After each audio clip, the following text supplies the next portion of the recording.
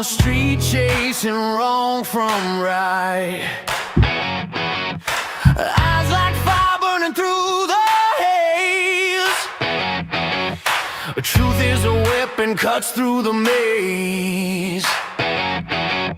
Some call her trouble, some call her brave. Digging up secrets they tried to save. A real deal around town. She's breaking it down, spinning the wheel, exposing the sound. They despise her, they praise her, but she won't slow down. Real deal around town. The truth's her cry.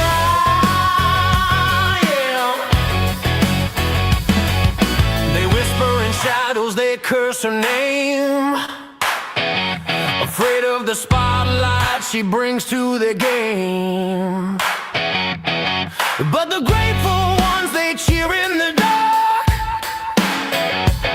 for the spark she ignites in their weary hearts.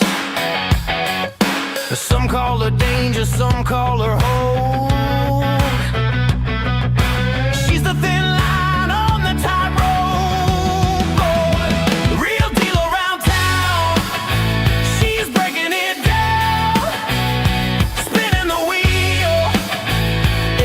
The sound.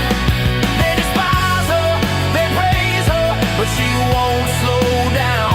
Real deal around town.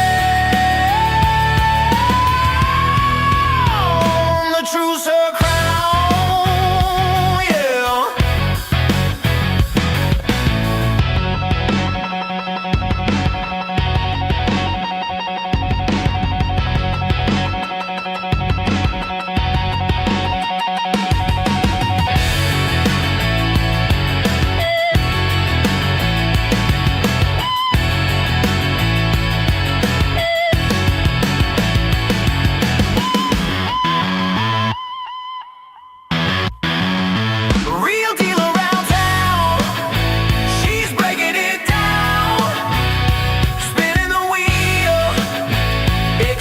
The sound.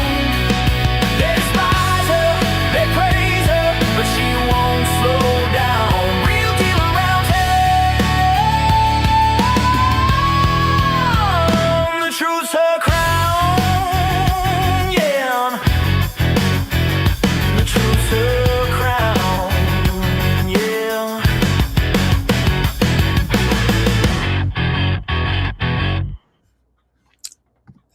Well, hi everybody. I'm back again so soon. Yeah. Wow. Been doing a lot of videos lately. Well, there's a lot going on, as you know. So tonight's the night for the Groton Conservation Commission. They're having their regular meeting. There's a whole bunch of stuff on their agenda that we're going to sit through, and we're going to learn about what's going on in Groton. That's part of what we've got on our horizon tonight. My lighting is driving me crazy. But on the agenda is Gary Shepherd and Groton Hills. I don't have the agenda up. They're going to be their Zoom meeting is up, so I'm logged in already. They don't have a password. You just put the meeting ID in there, and they have it set up as a webinar, which is the way the school district does it. Townsend does it the old-fashioned way. So what can I tell you? But so it might even be easier to watch them. So their meeting is going to start at 6:30. I came in a little early just to give you a little bit of preliminaries, and if I had anything new to tell you. I don't know that I do have anything new to tell you, but I'm working on all the other stuff. As far as tonight's meeting, one of the things they talked about, well, a couple of things they talked about last time. Like, why are we here again, Cindy? The Groton Conservation Commission had, on their last meeting, did a stop work order against SHPCO for the work that they're doing behind me, as well as across the street from this, which would be in front of me if I were standing in the middle of the road, is a stone wall, which is also there's water, there's wetlands, there's some kind of drainage there. And so because of whatever they were doing, they were trying to do an RDA. I don't understand all this conservation stuff. I kind of listened to some of it, but I'm not really the expert on it. But they ended up issuing a stop work order on Gary, right, which was sent right before the snowstorm. So probably had almost no effect because we had a snowstorm anyway. So he's not working on this field. And since the snow fell, I'm certain of it. I don't think it's probably impacted anything. Although he'll probably complain because that's how he is. So, but they're going to address what that's about and what they expect out of him going forward to get the stop work order lifted. They also are going to, well, I think next week, they have another meeting in 2 weeks, and he's going to be on that agenda again from what I was told. They haven't posted it yet, but they told me that he's going to be on there again to discuss the RDA, which he hasn't applied for yet, which that's why they did the stop work order, because he's supposed to apply for the RDA and he did not do that. Maybe we'll understand it better in about an hour. I don't know. So they're going to talk about that. But also in the last meeting, they did somebody had done a little research on what an APR is. And that's an agricultural something restriction. I forgot what the P stands for. Protective? No. But it's an agricultural restriction on the property. So it has to be used in agriculture in perpetuity. And the Groton Conservation is a co-holder of the restriction, as well as whoever the owner of the property is, which I guess might be Groton Hills. I looked on the MDAR's website, and they had the name of the person. The last name is Priest, is the name that the APR is in. And then I know from their last the Conservation Commission's last meeting, that they are also the co-holders of the restriction. So I looked, so they were talking about, we're just realizing that there's regulations specific to APRs. And we need to talk to MDAR about what that all means. And MDAR is the Massachusetts Department of Agricultural Resources. And they regulate anything to do with agriculture. And I looked up just this afternoon. I said, I hadn't had a chance. So I looked it up this afternoon. It's pretty simple to find. It's right on MDAR's website. And what it appears to me is that the work that we're looking at behind me is a change from what was there before. And I'm going to bet that none of the requirements of the APR have been followed for years. I'm going to make that assumption. I could be wrong. But if the ConsCom didn't know, then probably not. There's other APRs in Groton. We don't have any in Townsend, but there's a few in Groton. So I think conservation might want to look at all of them and find out who holds them.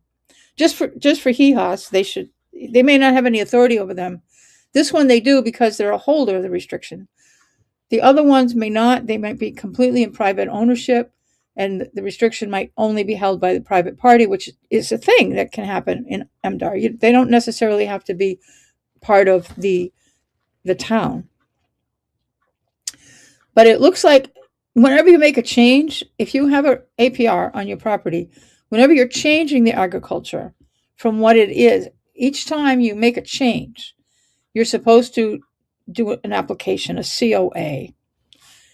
And either if you're going to do, no matter what you're doing, if it's non-agriculture, there's another form.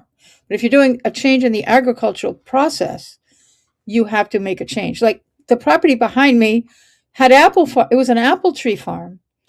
If you've been around the area for many years, you've driven up and down Oldale Road to go to either Ayr, Devon's, or Neshoba, you'll remember all those apple trees that used to be there, and dozens of them. And they used to be there. In fact, Gary had mentioned that he was part of the work he did back there was to take out a lot of the old dead trees.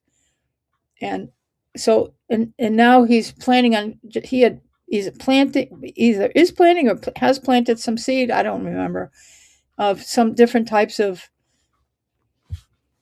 grasses, and I don't know. He knows. Like I said, I'm not an agricultural really up to speed there, but he was probably. I'm going to just call it grasses for the sake of. I don't know what it's called, but that's a change to go from apple trees to what he's planning requires an application to MDAR, even though wait a minute, this is private property, not exactly, and it's agriculture. What are you talking about? Because it's got an APR, it has to be farming or agricultural in perpetuity, and MDAR oversees that.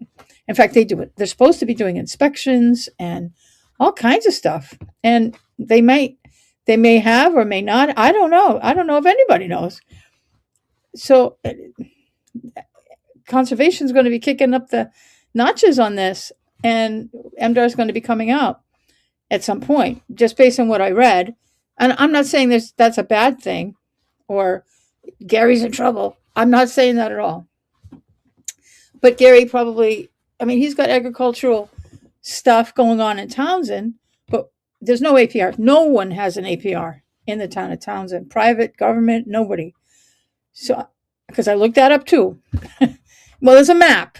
There's a whole Massachusetts map. All the APRs in the state are on this map. And Townsend has 0. Groton has a few, and Pepperell has some too. I'm kind of surprised that, well, I shouldn't be surprised. Townsend doesn't want anybody looking at them. So if you have an APR, somebody's looking at it. It would probably be a good, I can think of some people that might want to do that. That might want, if they knew what an APR, if they had known, I bet they'll put it, they might want to put their property in an APR. That could be. It preserves farming so that we'll always have farming, and it's not going to be taken over by something else. And you have to go to the Massachusetts Department of Agricultural Resources to make a change. Even if you're going to grow something else, you're going to go from apple trees to corn, MDAR has to be involved. And they're part of what they're doing is, I think, protecting the landscape, so that if you don't know what you're doing in farming, if you're doing your garden, I kill everything. I kill things in my garden. I can't get things to grow sometimes. The weeds do fine.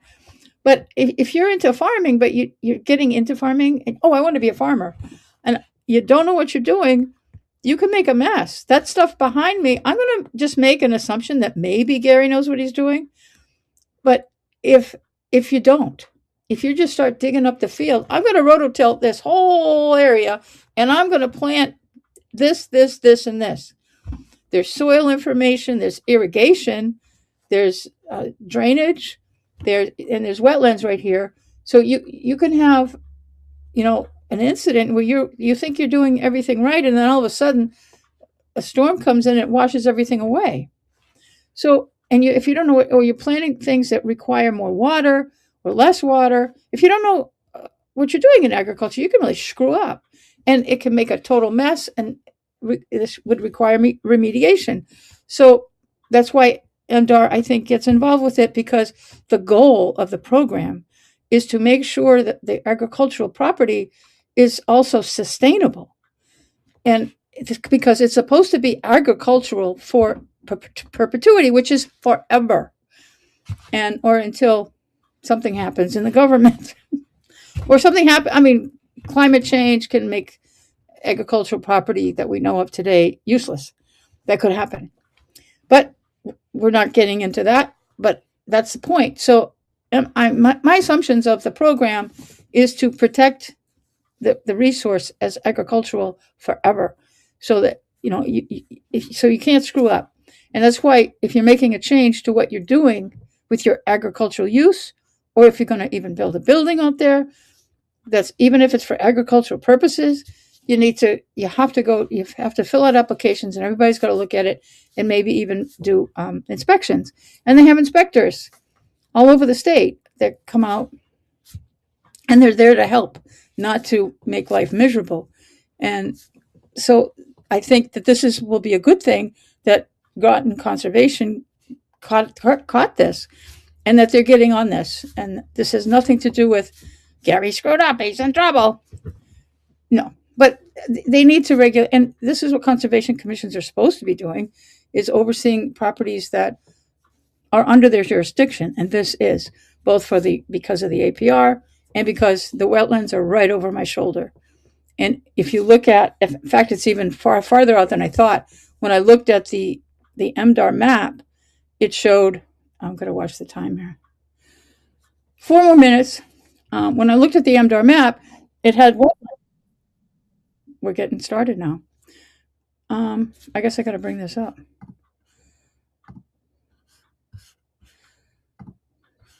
Share screen. See if I can bring it up. Here we go.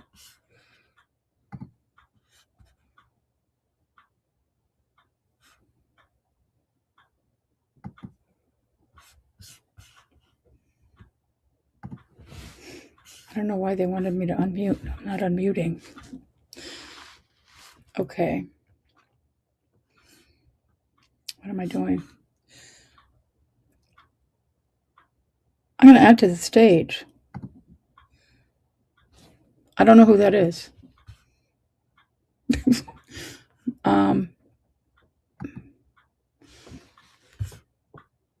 Oh, that might be the conservation agent, Charlotte. Not sure. I don't know. It's someone who's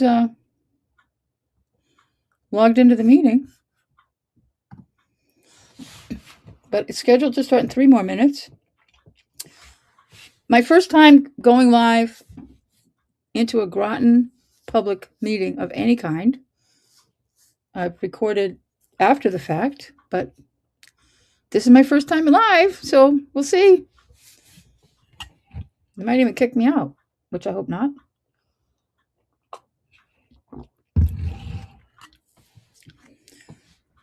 While we're waiting, you can always like and subscribe if you haven't already done so. I know I'm a pain in the neck, but now I'm going to give you my banner. How's that? All right. Hit the like button. Don't forget to do that.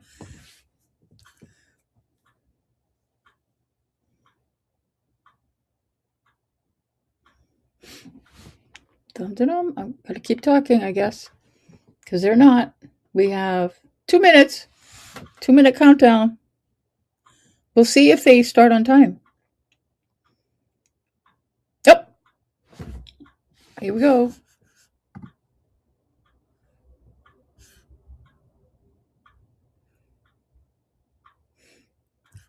Have no sound yet.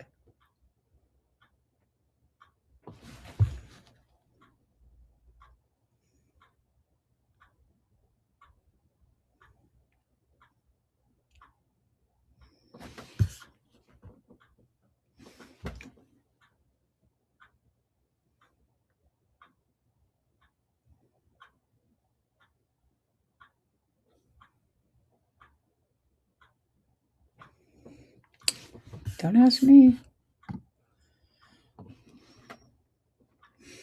That is the Conservation Commission.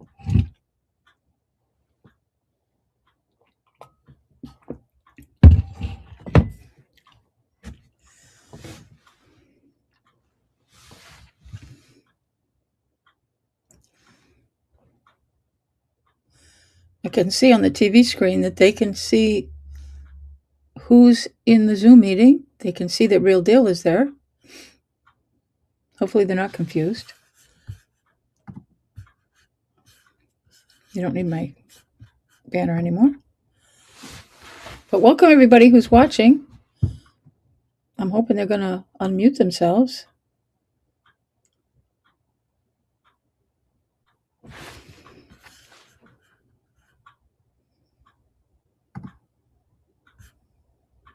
Oh, it's exactly 6:30 on my clock.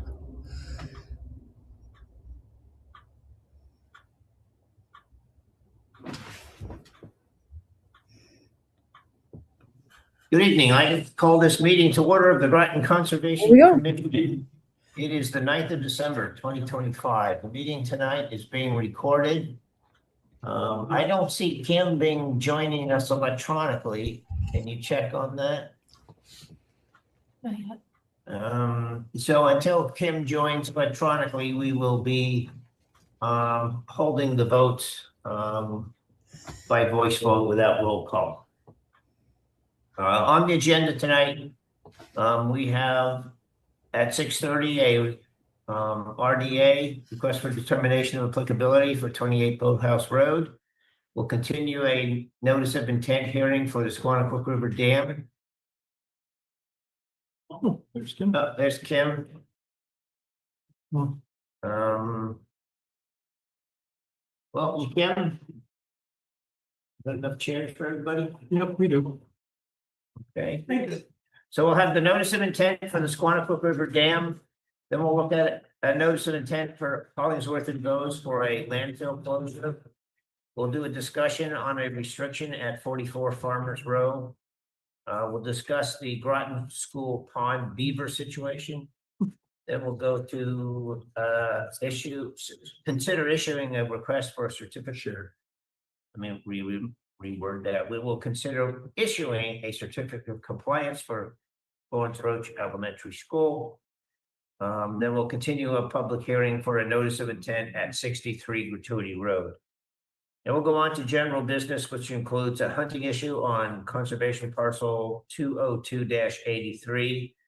We'll consider an enforcement order for Old Air Road and the Indian Hill Music Center parcel.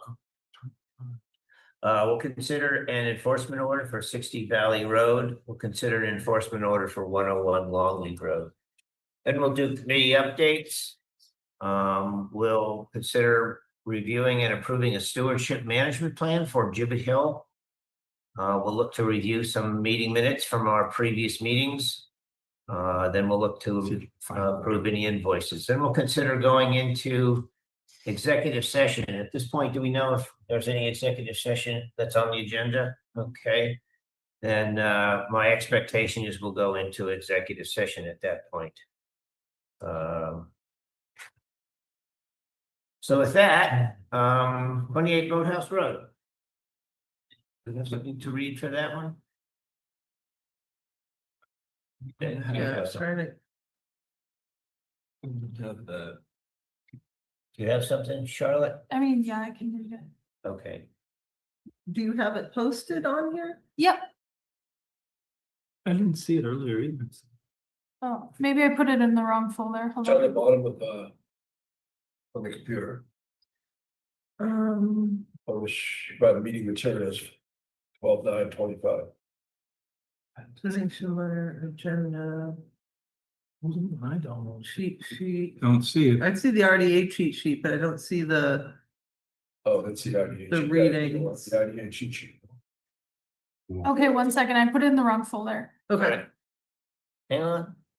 Get there.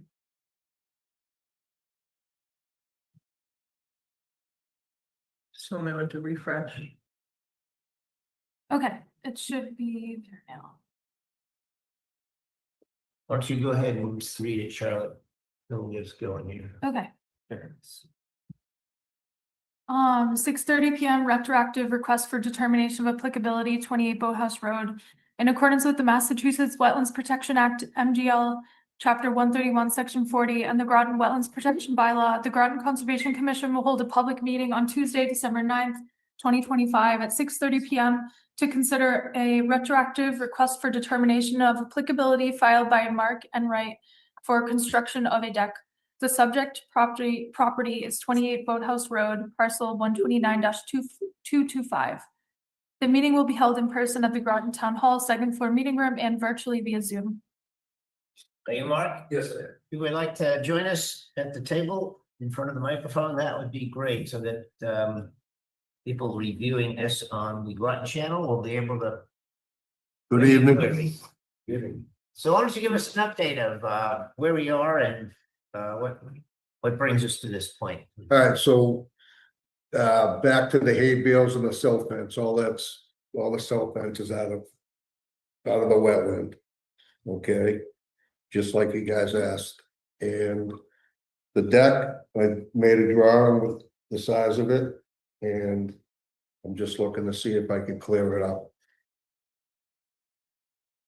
Okay, you ready for some questions? We'll start with, Kim. So this drawing, if I'm not mistaken, this deck is if I'm facing, looking at the house on the right-hand side of the Yes. deck? Yes, ma'am. Okay, Yep. It's. okay, so you're saying that's 9 by 21, you've got the stairs and you've got the back door there, Yep. okay.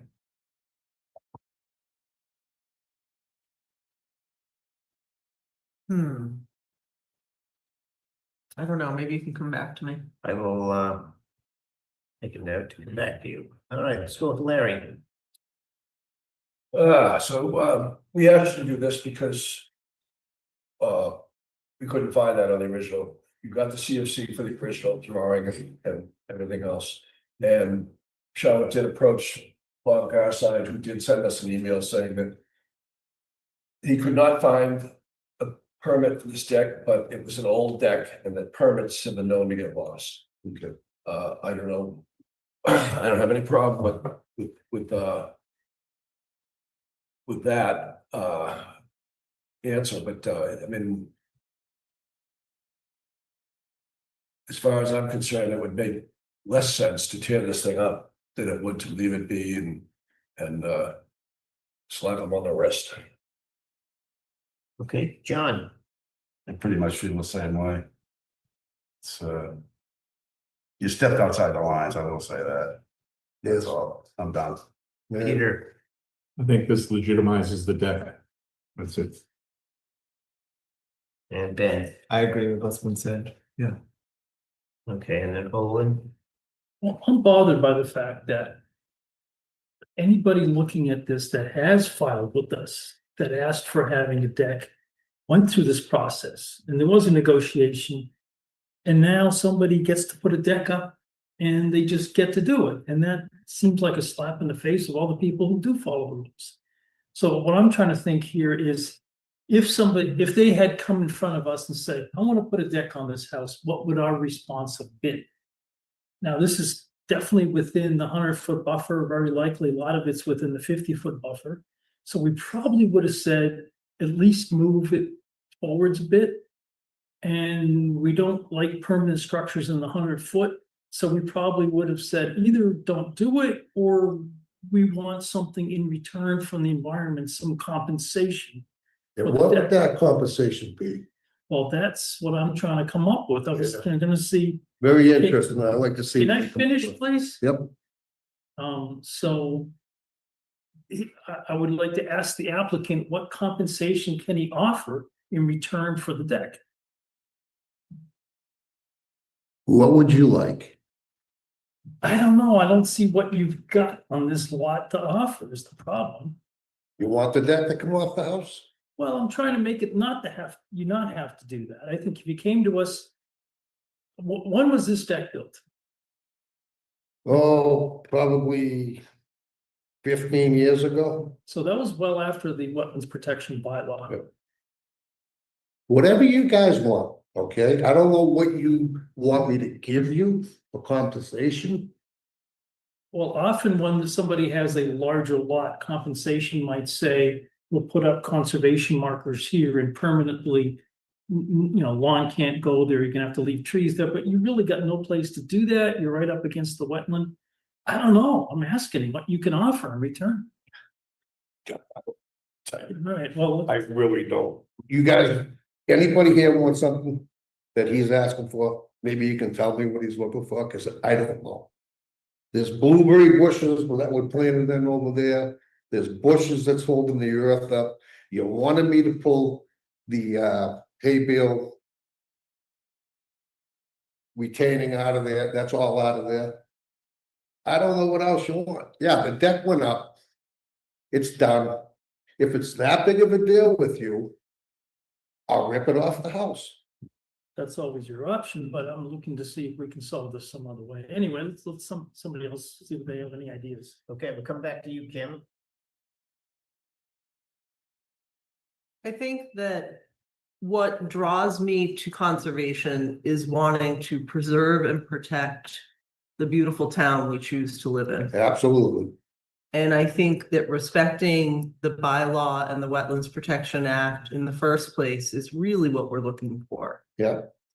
A lot of articles have been written in the newspaper about Conservation Commission lately, and every week there's an article talking about what we're doing. Mhm. And I think the most important takeaway is we're here to work with the public. We are the public.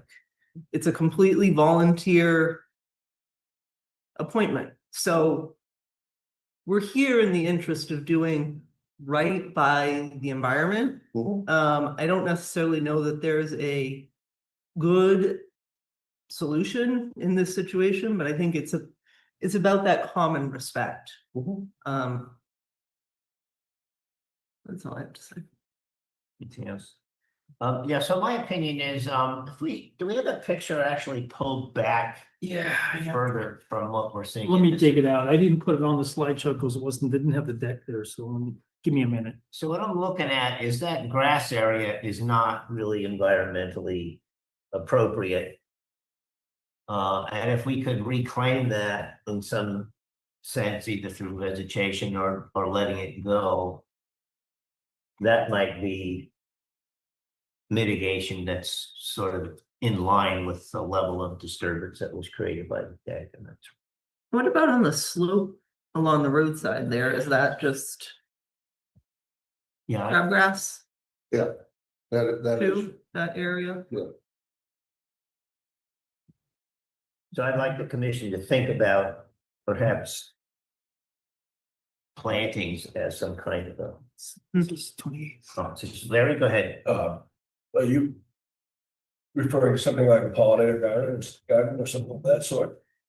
Yeah, I would say that would certainly be in bounds, in terms of, what are you looking for? So where your grass is right in this picture. Yeah. If you were to plant pollinator gardens are gardens with lots of flowers that attract bees and other things that pollinate flowers or pollinate other bushes. And it's something that is going on now, and it's pretty important because it does keep things growing.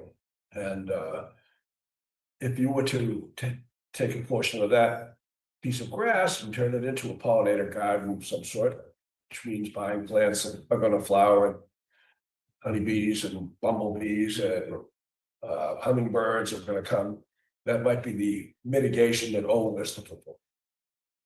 That's what, yeah, I mean, that's what I was kind of asking, what, I mean, Yeah, I understand. a fence, a flower, or, I mean.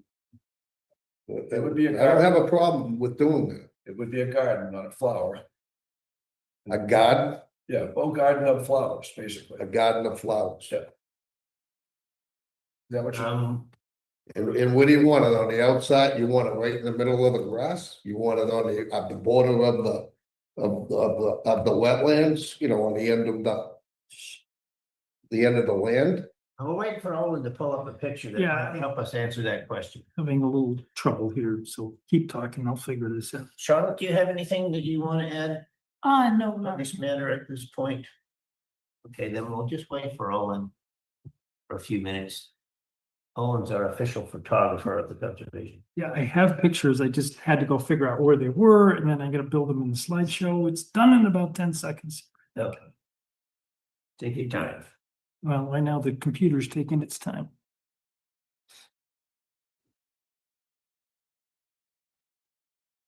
Okay. Let's see if that worked. Yes, it did. Okay, back to sharing here. Share. Okay, so here are additional pictures that were taken of this property back when we were looking for a COC. And that shows parts of the yard. Oh, whoops, sorry, you guys, there it goes. So that's down the slope. Down the slope. There again. Okay, I guess going back to the yard is probably the most useful. Yeah, okay. All right. Anybody on the board, now that you see sort of a larger context, have any thoughts here? I'll just open the floor, go ahead. I might recommend that a tree planting as opposed to a pollinator garden might give back some of the functions that were there before. I think the one challenge with pollinator gardens is you can put a seed mix and then 3 years later it's just grass again, whereas a tree might be more long-standing. But I would also recommend if we do say something like trees or even a pollinator garden, we're pretty specific because in our last meeting, you'll remember there was a particular situation where we weren't very specific and then it came back to be a problem for us. So if we want to have 3 white pine trees, you know, we should say that more specifically, or a particular seed mix for a pollinator garden. I would go for trees here, maybe like 3 trees somewhere in the yard to get back some of the cover and get back some of the habitat. Again, that might be more long lasting than a pollinator mix. Okay, anybody else? Owen? So I'd like to ask you, you seen that picture, how much land is yours past that shed in this picture? Do you have the plot plan? No, I Plot plan? still, I I don't have the plot plan on. let me see. if Charlie, you there's- wanna pull up the assessor's map? Okay, okay, there's the plot plan, but, Yeah, and I guess we were looking somewhere around here. Wait a minute, no, I'm sorry, it was somewhere around here. So let's go back to the picture. You have, is that, let me bring it back up again here. Okay, we'll wait for the, there it goes. So this area back here, yeah, that's yours, right? correct. What about renaturalizing some of the area that's on the far side of the shed in this picture? So you can still use your shed, you still can walk in and out of your porch. How would you feel about that? That's fine. It's fine. So- But just let me know what you want. Trees you want. Well, bushes. all right, so Exactly.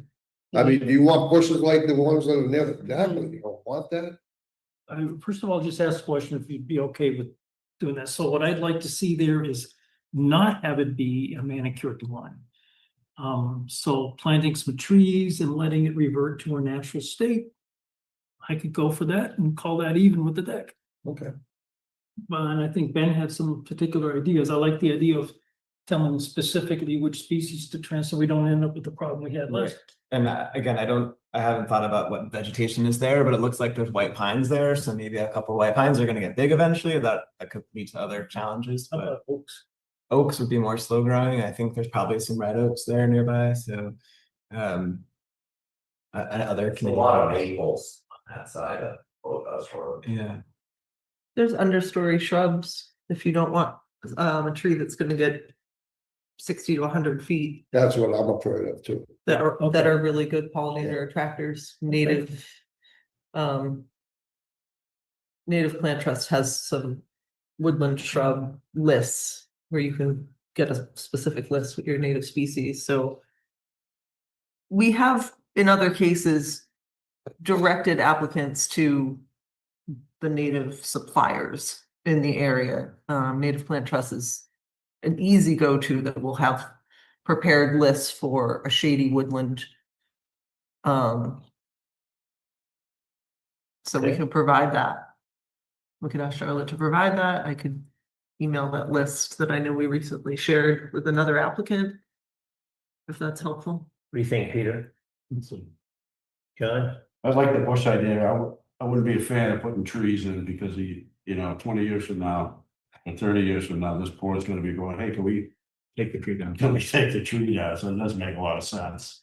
And if you got some sort of flowering bushes, you might be able to cover both bases as a pollinator type thing. That's all. Okay. Are there any comments from the public on this matter? Would somebody like to make a motion? Are we ready for a motion or do you want to continue? Oh, go ahead, Larry, I'm sorry. I just want you to understand, so they're talking about these shrubs are gonna be beyond the shed. Yeah. Okay, I want you to do that. So whatever you own for land there is where they're talking about, not this side of it. You're gonna let me know what kind of shrubs that you. Well, that's They'll give you a list, You're gonna give me a list. or they'll send you to the appropriate nursery that will have a list. And how many of them? That's a question for the board now. I think what we need to do next is have the applicant come back with a drawing that shows an outline of the land and shows where, with some dimensions, the area that he's gonna rewild is. We can argue about exactly the species later, but I want to have that on a piece of paper. This is a little too loosey here. That shed, it may not be there in another 10 years. So I want to have something that people can find 50 years from now after that shed is long gone.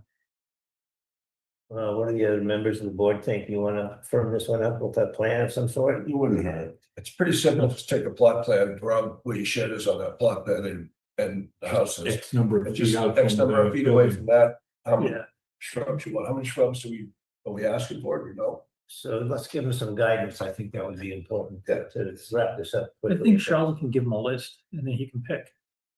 How big is the area? Square footage? Pull the platform back up. Which- 189 square feet. Thank you. It is? I didn't know that. 10 by 20. It's 9 by 20.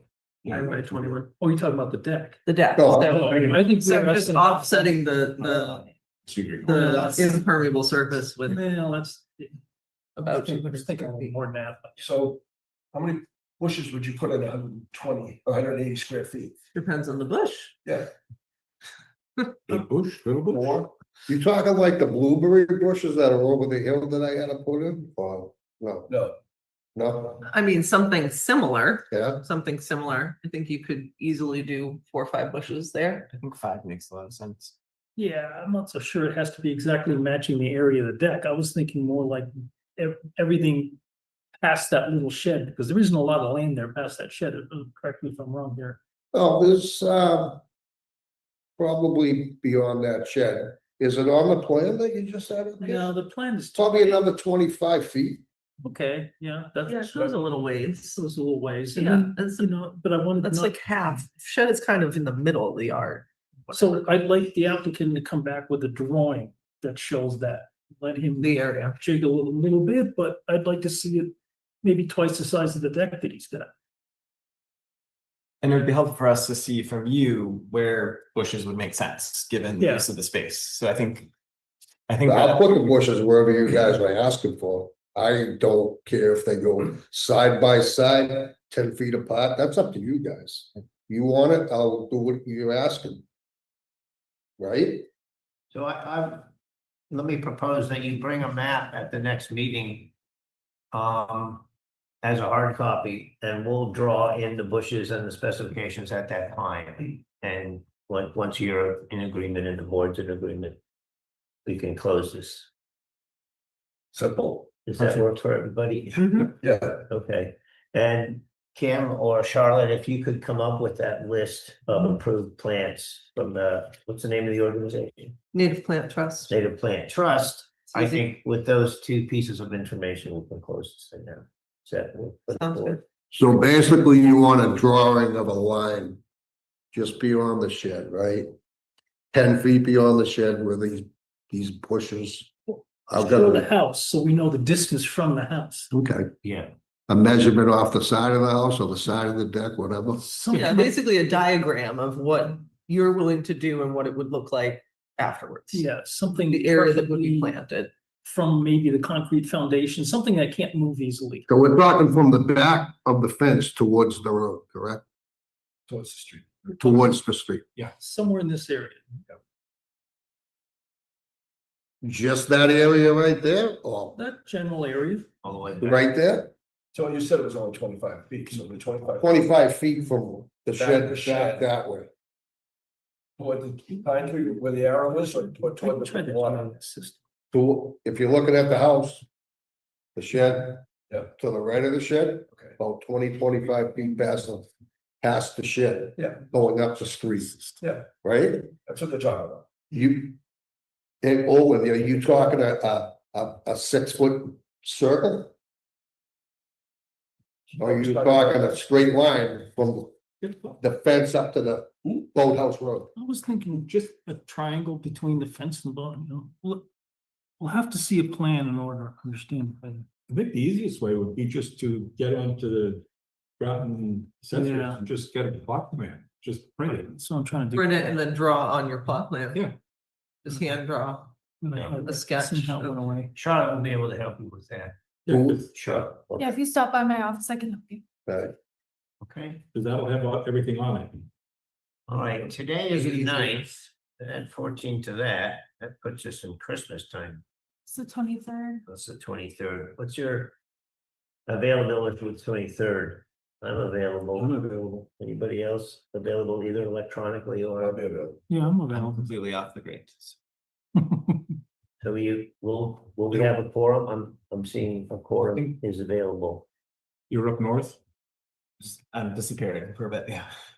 Boy, good for you. What's your availability for the 23rd? That's Fine. okay. Fine with me. Okay, good. So you'd like to make a motion to that effect? Don't have to. Certificate of compliance.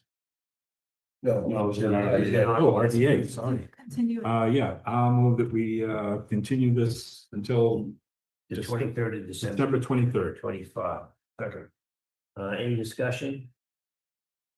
Hearing none, all those in favor indicate by saying aye. Aye. Those abstentions. Thank you very much for coming in tonight. Thank you. All right, that brings us then to a notice of intent for Squanicook Dam. Charlotte, do you have an update for us on that? Yep, our first update in a while, but I heard back from Tom Delaney. And he said that he talked with Haley and Eldridge, which is the group that was contacted to do the feasibility study. They're finishing up natural heritage, which I think was part of the holdup. And then they have to go back to Shirley. So once they close out everything with Shirley, they'll come back to Groton. And that was Tom's understanding, Tom Delaney. So Okay, so yes, let's it's move in it the forward. works. Will we continue to December 23rd? Second. Any discussion? Hearing none, all those in favor indicate by saying aye. Aye. Abstentions. We'll pick it up again on the 23rd. Next item up at 6:41, we have a notice of intent for Hollingsworth and Goods land closure. Can you give us an update?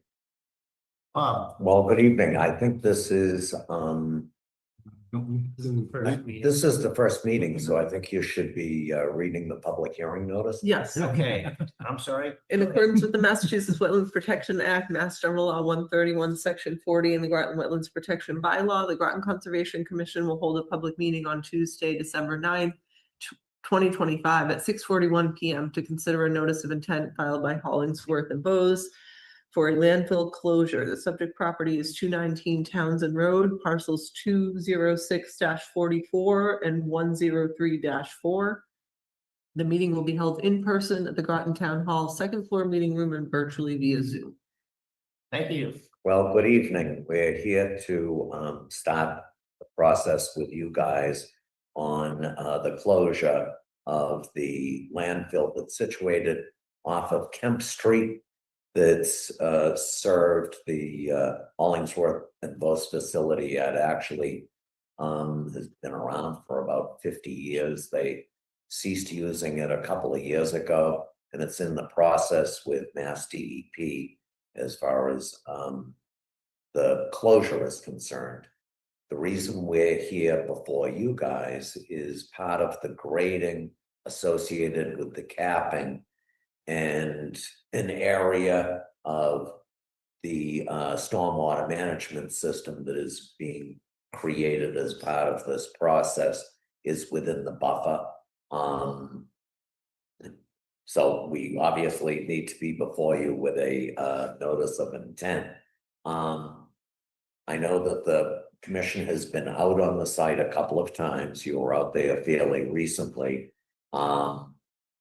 So you're very familiar with it. What the situation is the area itself involved with landfill is roughly about 4 acres on a 20-acre site off of Kemp Street. There will be a impermeable cap that is placed over the landfill area. Over that, there is 18 inches of soil cover. The drainage design, which is really quite ingenious, both preserves existing drainage flow patterns, but separates flow from up gradient from the site from flow that would be coming off of the landfill itself. And you have a series of basins. One is on the left side, there are kind of 2 on the right-hand side. that capture the runoff that is generated by virtue of the fact that not as much will infiltrate as has been historically the situation, because you're gonna have an impermeable barrier there, and then has it follow the existing drainage patterns that runoff has been following there since the glaciers left. We have already been before the Stormwater Management Committee, and they've reviewed the drainage design. As I say, the reason why we're here before you guys is portions of the grading and part of the stormwater management system is within the buffer of a couple of existing resource areas. You may well have some questions. I know you had a couple of questions during the site walk. One was about the life of the barrier, and it's the design life is 150 years at a minimum. The thing that deteriorates these impermeable barriers, sunlight essentially. The fact that you have 18 inches of cover over it probably makes it that it will be good indefinitely. And I think you had a couple of questions about why we've separated the runoff as we have in the design. Part of it is to replicate what exists now, so you have particular drainage patterns that we want to maintain. But we actually, the runoff that is generated from the landfill capped area itself will actually meet stormwater standards. So you have a series of basins, a forebay that kind of takes out sediment, so that by the time it meanders where it meanders to, it actually meets stormwater standards. So that's why you separate the two. And I think that was all of the questions that you guys had. But I may well be wrong, and you may well have more questions. So we're here to answer whatever you might want to know. The one thing I would say is this is an interesting project. Hollingsworth and Bose is to be commended because they're being proactive in doing this. And this is one of those instances that has many moving parts. And even though there is stuff that is going on within the buffer zone, the world will be a better place by virtue of this project being completed. So it, as I say, H&B is to be commended for doing this on their own. But you may well have questions. All right, let's start with Larry. I was on the first walkthrough and I was pretty impressed with the design, and I had missed the second walkthrough, so I didn't see any additional information, but what I saw original was great. I like the separation of the two drainage situations, and that's about all I had right now. Okay, John. I don't have any. Peter. The cover, once you put the impermeable barrier over it, what material are you going to use to cover it, and where is it coming from? I can take that. Yep. So that's topsoil, the standard topsoil you'd bring into any site to vegetate it. Typically, that's the responsibility of the contractor to obtain a source for it. And that would be something that's in our specification. And then what are we vegetating it with? Right. And then the second part of that question, what's it vegetated with? Some of you guys might be familiar with Izzy, who works at H&B. She's pretty passionate about pollinator species, and she's taken it upon herself to work with a seed distributor to develop a pollinator mix specifically compatible with the landfill cap. And she and I have gone back and forth. We've developed a monitoring plan and maintenance plan long-term to establish the pollinator species and then maintain it and keep out invasives. And this is all in tandem with DEP and all the other organizations that should be involved. Yeah, so there is an operation and management plan that gets instituted as part of the closure. And as the commission knows from prior situations, you have to monitor what grows so that first of all, you don't have invasives and also that you don't have trees that actually will then send roots through. So it is part of the operation and maintenance plan that the Commonwealth requires and will continue to monitor. So this is an ongoing thing with the Commonwealth. And you do have the monitoring wells that you've had for, They've been there for a Forever. while, that's Yeah. correct. Yeah, and it's the same monitoring wells that we saw yes, years ago. yes, And you've got records on all those wells going back. yes, yeah, the Commonwealth does, yes. Okay. Good. I will just add to that, it is a unique project, and normally the design standard is just to vegetate the cap. And then this one, we're lucky to have someone like Izzy who's taken it on to not just vegetate it, but to make it a pollinator meadow. Yeah, so it'll be more than just crabgrass, it'll actually be kind of cool. Okay, Ben? Yeah, I love the plan. I think it's super detailed and you've thought about lots of different things. I appreciate reading it. I think one thing I was thinking about after I saw the site is there's a ton of Phragmites there, and you talked about invasive species management. I'm wondering how you're going to manage Phragmites, which is a very challenging thing to manage, and will lots of growth of Phragmites affect the functioning of all these things that you're constructing, just sort of manage flow of water, because you get these dense sands of Phragmites and things, lots of things change about a wetland. So as part of the O&M plan that's in place, invasives such as that will need to be managed, removed, pulled out. And that'll happen, I think, on at least an annual basis. Yeah, and I'll add that, you're right, you're absolutely right. Tons of Phragmites on it currently. That's all gonna be contained under the cap. That's not getting taken offsite anywhere. That'll be placed below the cap where it's isolated from the rest of the environment. And in that process, if there's anything that's outside the capping area that looks like a Phragmite, we'll have them put it under the cap. And then part of the long-term monitoring is to remove invasives on an annual basis. Okay, and how will you do that with Phragmites? Do you know what? They actually, you go through and they weed it out, pull it up. It doesn't work. It's a little bit more challenging. I was than gonna say, is Yeah. treatment part of the ongoing maintenance Treatment as in, Spray. as a herbicide? Side, Herbicide. we don't currently have that in the long-term plan. I just worry that it's something that needs to be considered.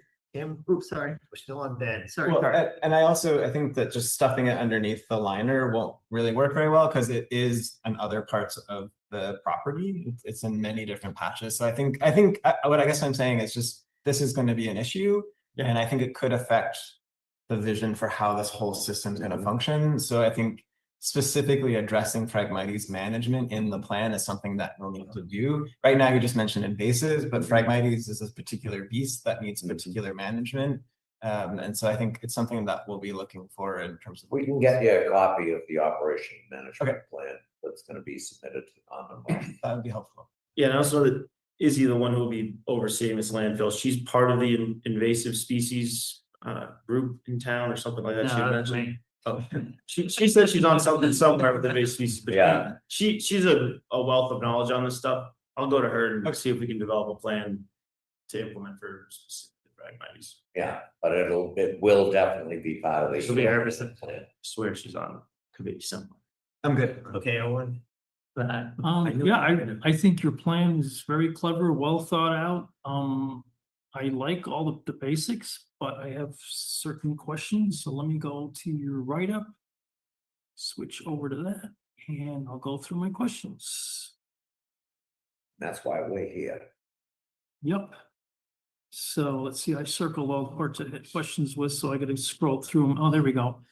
Yeah, you've been very vague about what's actually in this thing. The only thing you ever say is cellulose and class 5. So that actually is what's in there. Well, So- neither of which are really a problem. So what's the big deal? So well, first of all, that's beyond my pay grade, but mine's greater than mine, who are conversant in this, have determined that this should be capped.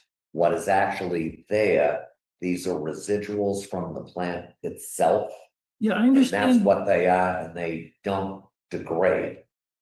So you have Right, to. but cover- cellulose by itself, wood is full of cellulose, so that by itself is really not an issue. What kind of seems like a dichotomy here is you're going to great lengths to make sure our groundwater doesn't get into this existing pile of cellulose, although it's doing it now. And you're making sure that it doesn't flow through it, but then you're taking it and gonna dump it in the Squanicook River anyway. Well, no, so forgive me. That's not how it actually. Well, that's what's works. happening now, is it's going into the Squanicook. Well, now it is, yes, so this will cap it and it no longer, Right, it'll try to isolate. yeah, but it's isolating it.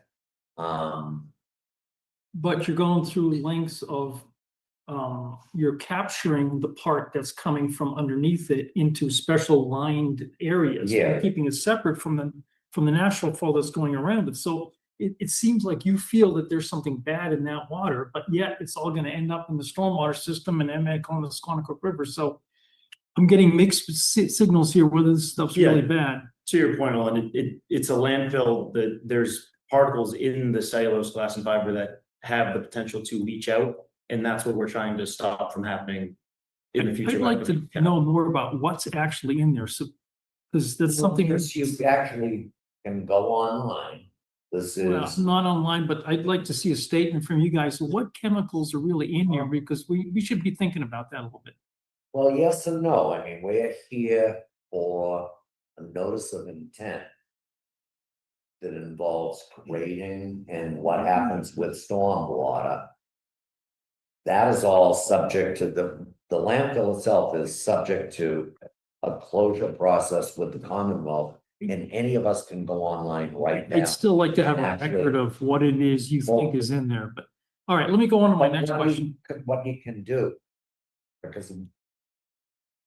What perhaps you should do, just go online and look at the DEP. All right, so let me go on to my next That'll have question. all that information in it.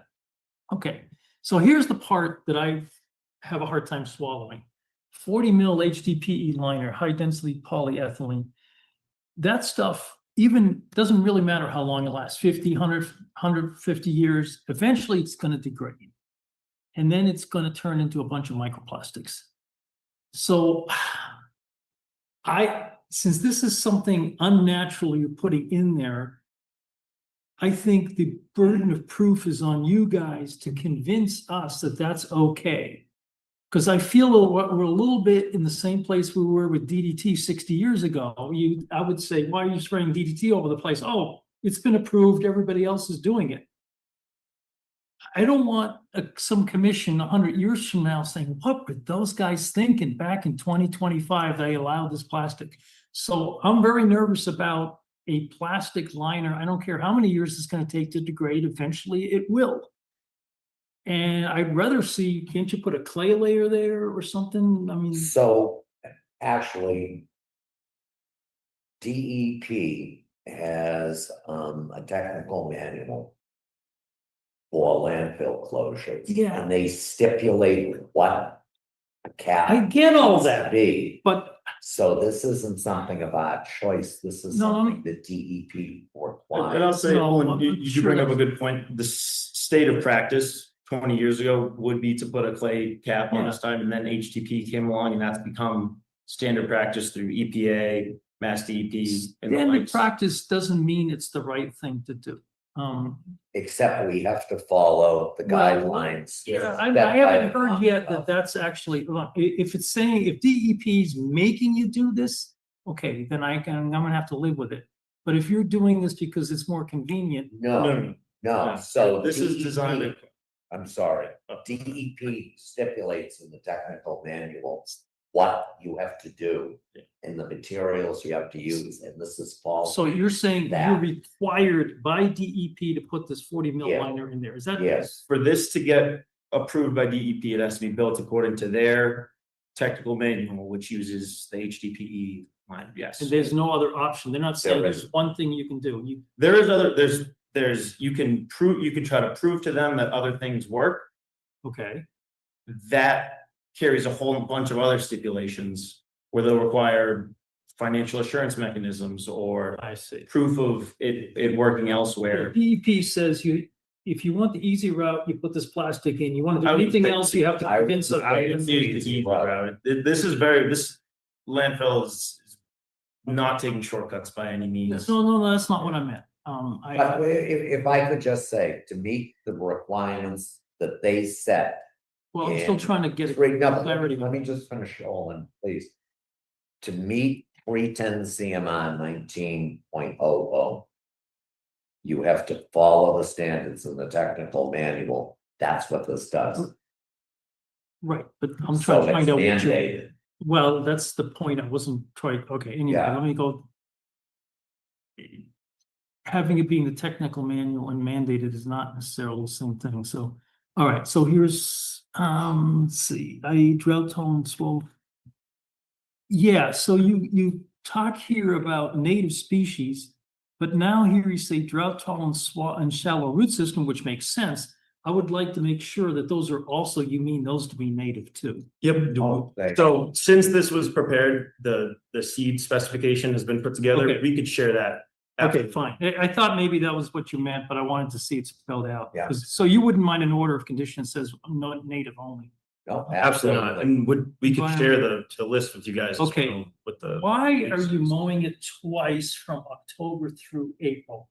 Seems like only once would do anything and nothing's growing from middle of October to the middle of April, so what's the purpose here? Twofold. One is to reduce woody vegetation from establishing. But once we'll do that, once a year we'll take care of that. It's the mowing twice is only in the initial growing season, and from what I understand from talking to Izzy, it's a request, or not a request, but recommendation from, I think it's Prairie Moon is where we're getting the seed mix from.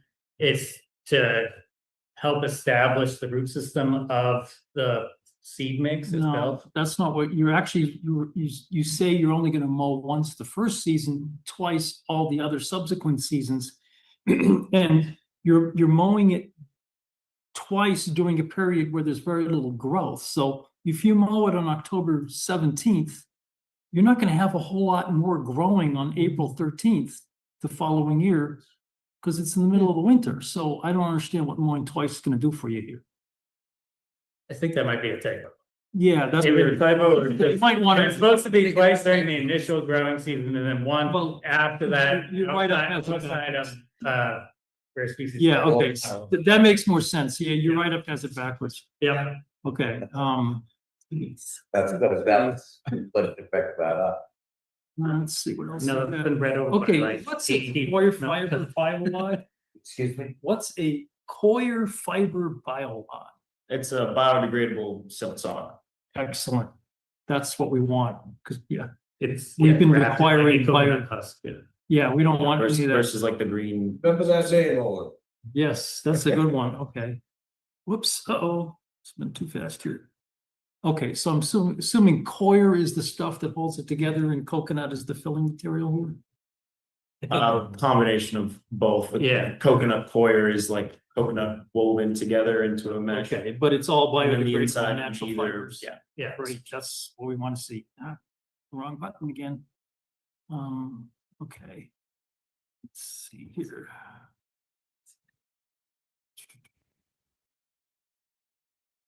Okay, that's where,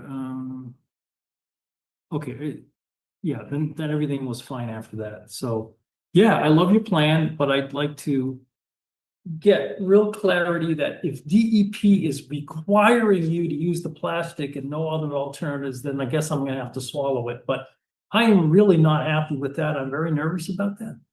But I think that is the case, but I'll confirm. I would like you to outright state that. Yep, For no, the- I will go if find it's true. the regulation for you. Okay, Can we also provide you with the research that backs the use of HDPs for longevity of landfills? you can for amusement, but Okay. we haven't.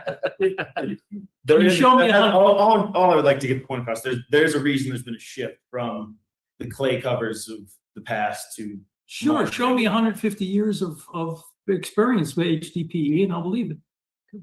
But well, if nothing else, we will get you the. That's fine, I'm The done. requirements.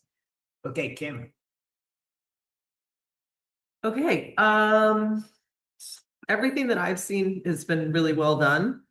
I'm always amazed that Olin finds the one The one typo. typo, which was That's why he's predicted, on so it. I'm happy that he found it. And I'm just curious to see the seed mix, just Yeah. personal curiosity, so, but that's all I have.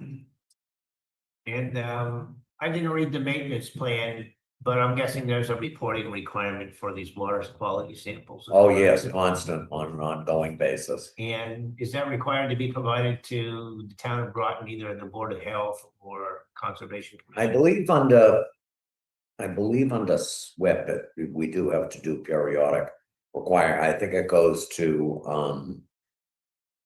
I think it actually does go through the Board of Health, but it might be stormwater.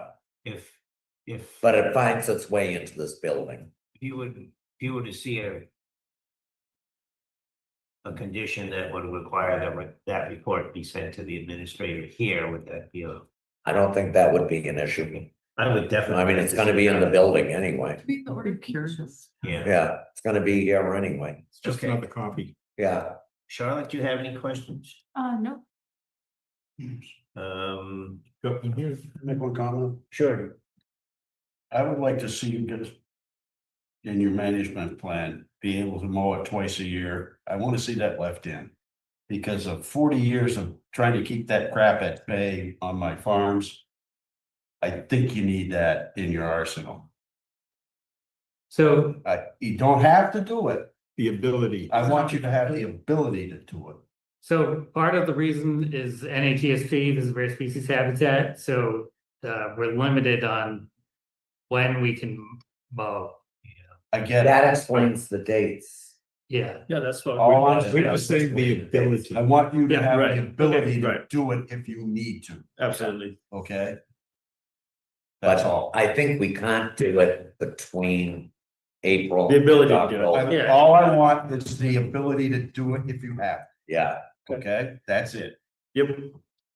Obviously You think it's contingent outside upon. of those 2 dates coming from natural Well, heritage? it's just, in a management process, if this stuff gets ahead of you, do you want to mow it or you want to throw herbicide all over it? And you can also get like you get a waiver once in a while. well, we can include it in our protection plan for the species to include some type of clearing survey ahead of time. Yeah. Before that actually happens. So, yeah, no, they do. But actually, so it's not a typo. Well, It didn't occur to me. how much is it gonna grow from middle of October to middle of April? You'd be surprised. Really? Yeah. Okay, all right. The problem. I defer to John on is these things. all you're doing is cutting the top off, the root structure and all is still there. Yeah. So all of a sudden, if you've got good root structure, it's gonna grow a lot faster when it does have the chance, Yeah. because of the root structure.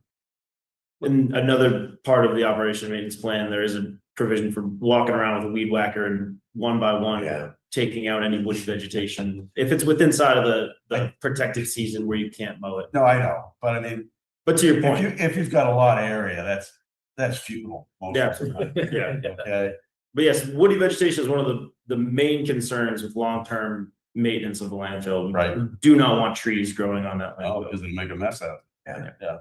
That's Okay, so this, this is a notice of intent, so the next step would be to close the public hearing, are we ready for that? But we don't have a number yet. Yeah, No. We don't have a number. You're kind of ready, but we Okay. don't have a number. so we'll have to wait. The next meeting will be the 23rd, we could be available for that. I won't be, but, I don't necessarily think that you need us unless DEP has comments. So what I was suggesting to Charlotte is if DEP comes back with a number without comments that need to be addressed, you could deal with it and I could attend remotely. But if they request something that if they have questions that we need to address, then I'd request that you kick it over to the first meeting in January to give us time to address it. Okay. That works. So we could continue to the 23rd. Yeah. Move we continue to December 23rd. Second. Any discussion? Hearing none, all those in favor indicate by saying aye. Aye. Opposed, abstentions, motion carries by unanimous. Thank you so much. And thank you for the good questions and the time that you put into it, really. Saying, Yeah, why did we raise our So you're stuck with me for the next You don't two say things, that. but We also, Good luck, Bob. thank you. everyone that was district. Yeah, the other thing is. We all do that when we're pledging to be non-partial when we get appointed. They're asking a question, do you believe you could be non-partial? Yes. You're stuck with me for two very short. The two next things that are very short. Okay, next one is a discussion for a conservation restriction at 44 Farmer Row. So this is my high class visual. This is the old Lawrence Homestead, which is that long rectangular piece of property, the corner of Farmers Row and Long Hill Road. You currently have a restriction on the area that I've delineated in pink, which is the hayfield that John looks after. At the very corner to the left of the house, there's about 2 acres that actually is a historic landscape that actually was originally laid out by Homestead. They would like to restore that ultimately, but they thought it really was worthy of preservation. And it made sense to me to augment what you already have with a conservation restriction to make sure that a house would never go there. It theoretically would be more correct to have a historic preservation restriction there. But on the other hand, it would be very isolated. You already have, you know, a CR on all of this. And it also would give you a road frontage. Well, you have road frontage up here. But I thought it made sense to me to augment what you already have with this. Okay. So unless you're, oh, there, so. I have no idea what you were pointing to. Could you- Yeah, so forgive me, so the house is Bob, can I right there. recommend, Bob, can I recommend you grab the microphone and Sure. speak to the screen behind you? I'm so excited. Try to They're gonna follow respond along with the cursor. Staring at it for 20 years. Wondering. That's what the look feels. It has potential. So, It's real good looking. so this is the property that we're talking about. This is the Lawrence Homestead. This swath here has no restriction on it.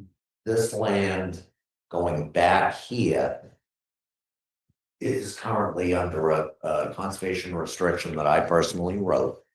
The land along here is not included in that. And the land here is not included. What I'm thinking is an area right about like this. I'd like to do a CR on and augment that. Okay. All right, Peter, you want to start us off? Fine. Yeah, that's I say, before I get too deep into it. I wanted to make certain it would be amenable to accepting it. Sure, we own an abutting conservation restriction and. Yeah. Absolutely. Okay, Kim. I'm just so excited to hear that it's gonna be restored. Yeah, It's gonna an be area that cool. I've always been really curious Yeah. about, and I knew it had historic Yeah. significance, so it's really exciting. Okay, John. I'm all for it. There's some neat gardens in there, I believe. I've seen some stonework in there that not everybody can see. Yeah, That looks pretty, and if they bring it back, that would look pretty fabulous. To me, anyway. Oh, yeah, I'm sorry. I'm sorry, I interrupted you, Bob. Did you want to? Well, no, and the other thing that's neat, you know, it would be a sin and a shame, there's enough land there to put a lot. There are 2 lots beyond Tony Haas's house that were created back in the 70s. But it would be a real, and those are gonna get developed.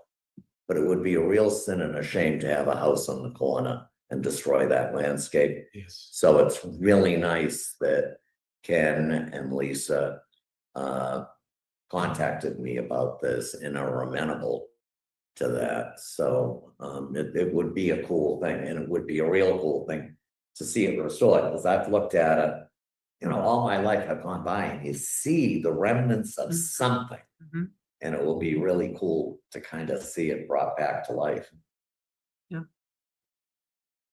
Right, Owen? So let me, you were kind of, I couldn't see what you were pointing I at. was So I'm away. trying to be clear here. Follow my cursor. This It'll be area that here. corner right there, about Okay. 2 acres. So that'll be, and typical CR language, what are the permitted uses you want to reserve here? To maintain it as a landscape, no buildings. No buildings, but Yeah, so in a natural state largely, no, so I think No. it should be brought back I see. to a landscape. a state. landscape state. but- Yeah. but So the restriction is going to be no building and Yeah. that sort of thing. It's okay. I think they are gonna ultimately wanna do an ADU unit for one of the parents, but I think it's gonna be close to the house. It certainly won't be in the restriction area.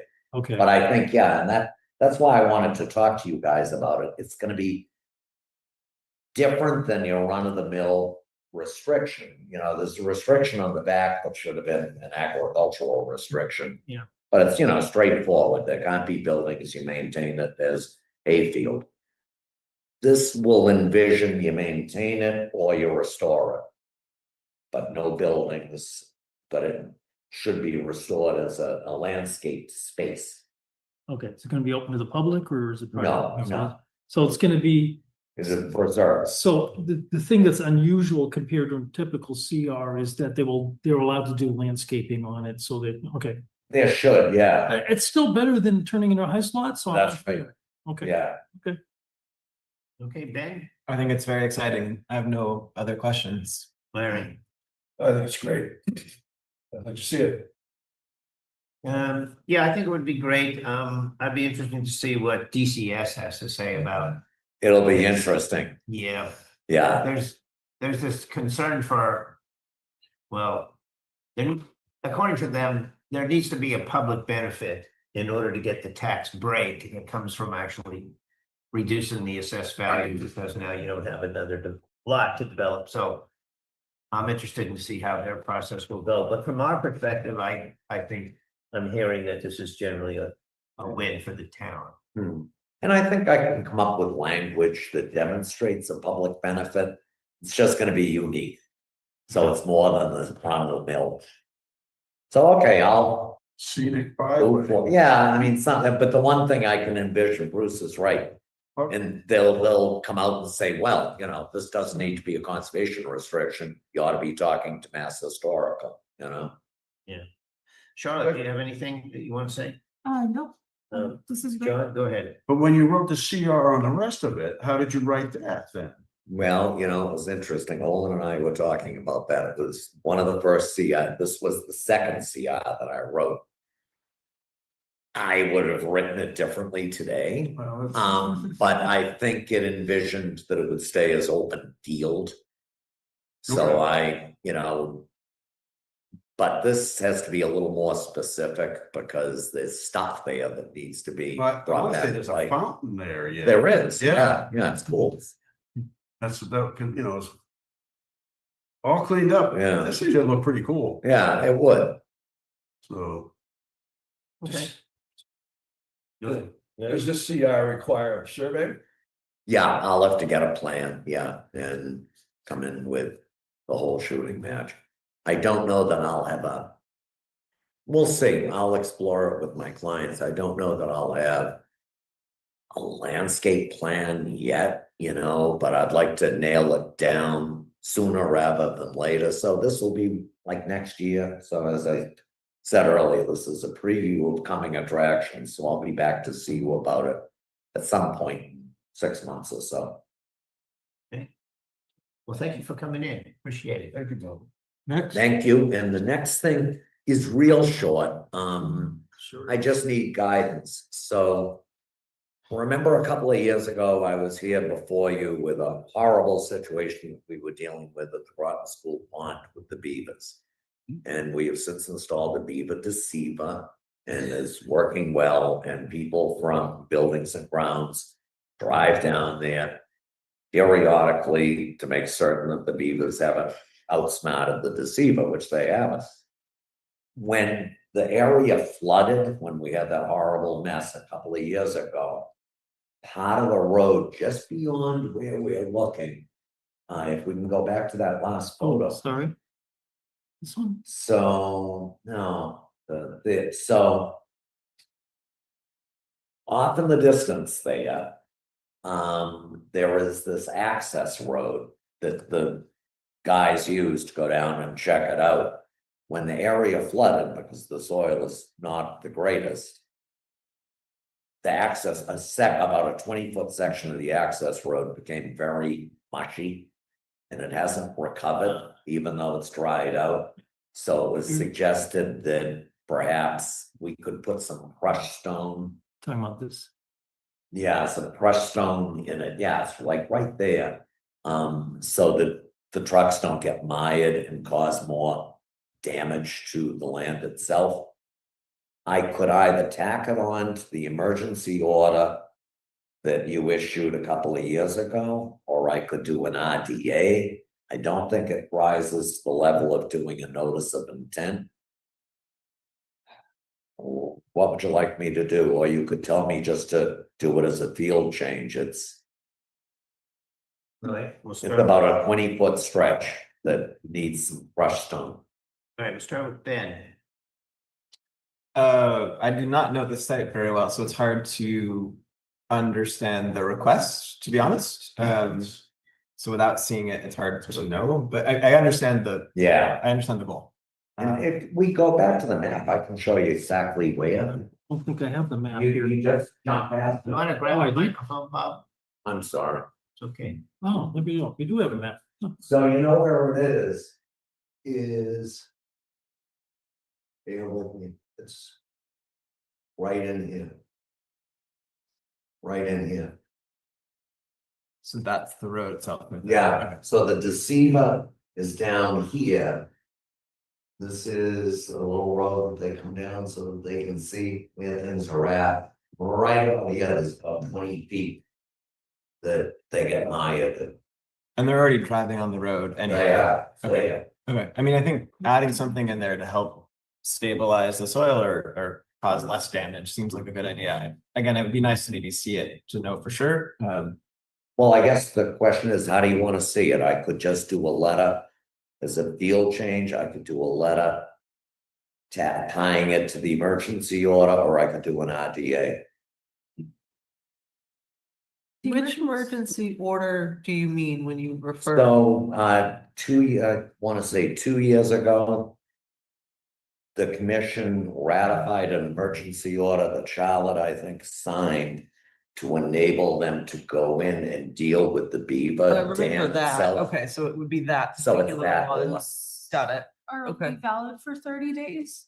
So we would have Yeah. had to issue something after that. So it must have been an RDA. I think we did an, So- yeah, I think we did an In RDA. that case, you can't amend an RDA Yeah. after the fact, so it might be another RDA. So just do another RDA? Yeah. Sounds like That it. makes sense to me. Okay. I have no more questions. Okay, John. Can we consider this maintenance? Well, it is. Of an existing cart path. You're looking at me? I don't know. The grand poobah. I'll put it to you this way. To me, I would consider it maintenance of the road. So how about if I just get you a letter saying this is what we're thinking of doing with a little plan, a sketch?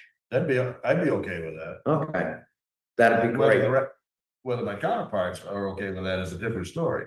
Well, that's why I came to ask the question. Does that sound reasonable? 'Cause I do think it's reasonable. We'll go through the board and they'll have an opportunity to answer that Okay. individually. Anything else, John? Nope. Okay, Kim.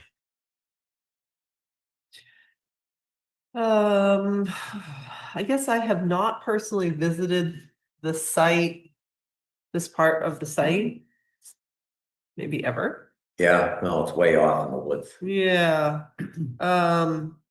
So that's just what makes it challenging to determine maintenance versus new RDA.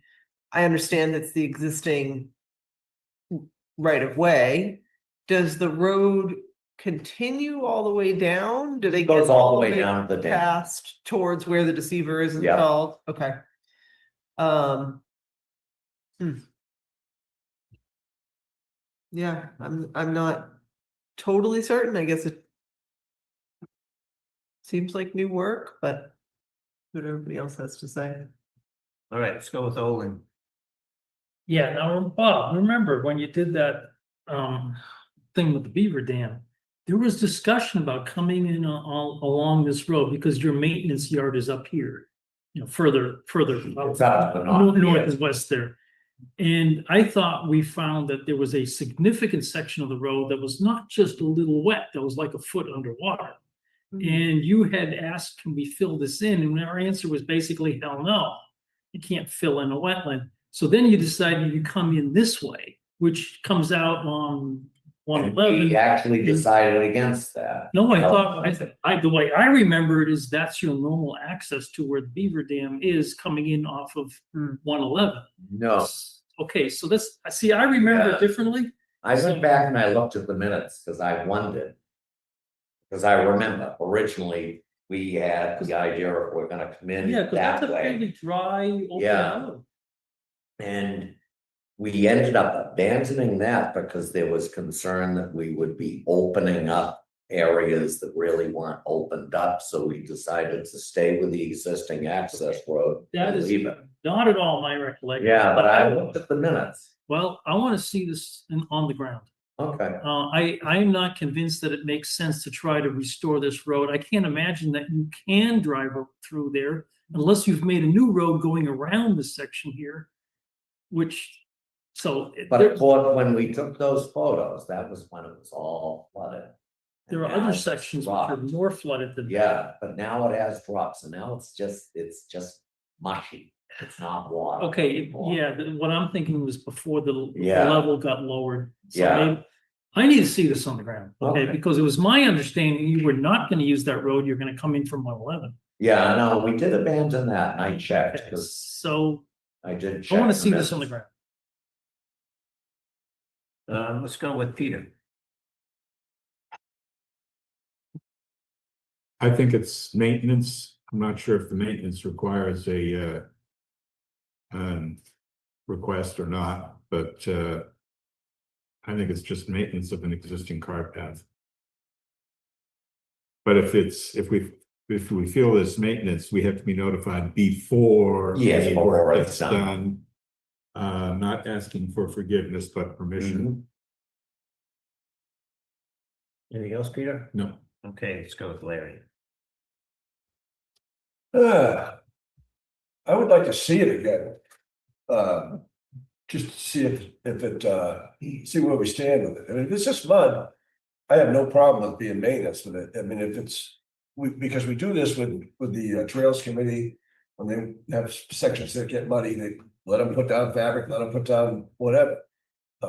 And if this is something that's gone, I remember being there when the flooding Yeah. happened, and there was a substantial amount. Oh, there was water. But if it's dried out now, I have no problem with it being maintenance. But I would like to see it prior to.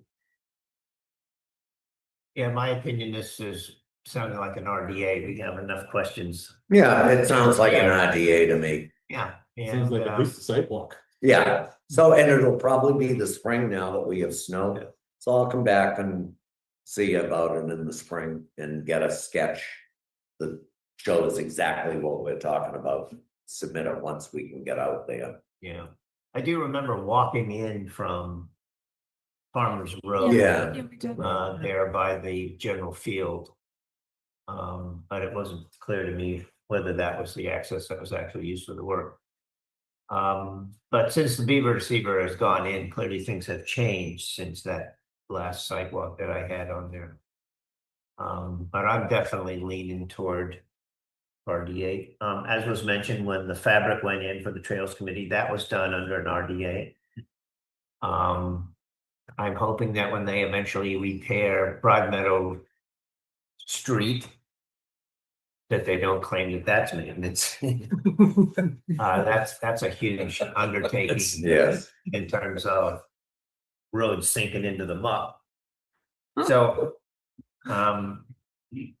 I guess the question for the commission is, do you want to wait for the site walk for the RDA filing, or do you want to do something before that? What's? Oh, you won't see it now, it's all frozen, so Yeah. wait until the spring when Okay, we're gonna do it. We'll take the first step is, take a look. okay.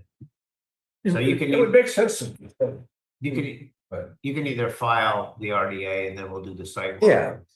We'll do the, leave that up to you. Yeah, we'll wait for the weather to turn and I'll come back and see about the spring. I just wanted to know, how do you want me to approach it? Because it's confusing. So Right. you've answered my question. Thank you. Right. You've been very generous with your time, so I'll get out of your way. Thank you. Thank you. At 7:05, we have a request for a certificate of compliance for Florence Roach Elementary School. We have a DEP number. I guess we had one about 100 years ago and they have. So sorry, Bruce, can I go ahead? Yeah, please do. We had voted to issue the COC during our last meeting pending that I went out there to do a site walk and that we got a better resolution map. Turns out we had this plan all along. I just maybe forgot to send it to everyone, but this was the plan that was included in the, is it the memorandum of understanding? Is that, yeah. So this was the plan that's referenced in there, just better resolution. And I was out there last Monday. I didn't see a single piece of trash. So they really did a great job. There were a couple of straggler pieces of the netting that we picked up, but there's nothing buried underneath. They got everything, but they can't really promise that it's gonna be like that forever. Right. I mean, I'm sure the trash is back. Well, it's a point in time that we issue the COC. Yes, yeah. So they did an excellent job cleaning that up after several times of going out there. So did you give them the COC? Yeah, so we have it here and it's ready to be signed.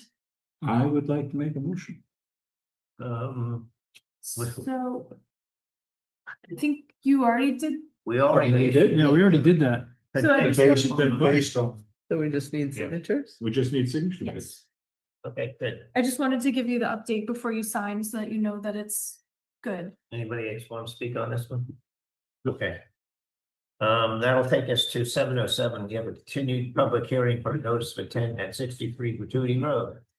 In accordance with the Massachusetts Wetland Protection Act, Mass General Law 131, Section 40, and the Groton Wetlands Protection Bylaw, the Groton Conservation Commission will hold a public meeting on Tuesday, December 9th, 2025 at 7:07 PM to consider a notice of intent filed by Ruthier and Roper Gratuity Road LLC for the installation of a water line.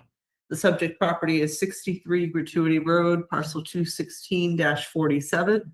The meeting will be held in person at the Groton Town Hall, second floor meeting room and virtually via Zoom. Thank you. Matt, you want to give us an update? Good evening, Matt Waterman with Land Tech Consultants for the record, here on behalf of Ruthier and Roper Gratuity Road LLC. Our last meeting was your last meeting, which was a couple of weeks ago on November 25th. Since then, we've addressed the outstanding niche comments that focused on the report portion of this flood study. We went out, we updated the watershed map, which is shown above on the overhead screen. In particular, if you're looking kind of the northeast corner that was added, and we talked about at the last meeting, the southeast corner, which is Pleasant Street into Farmers Row, where the police station is.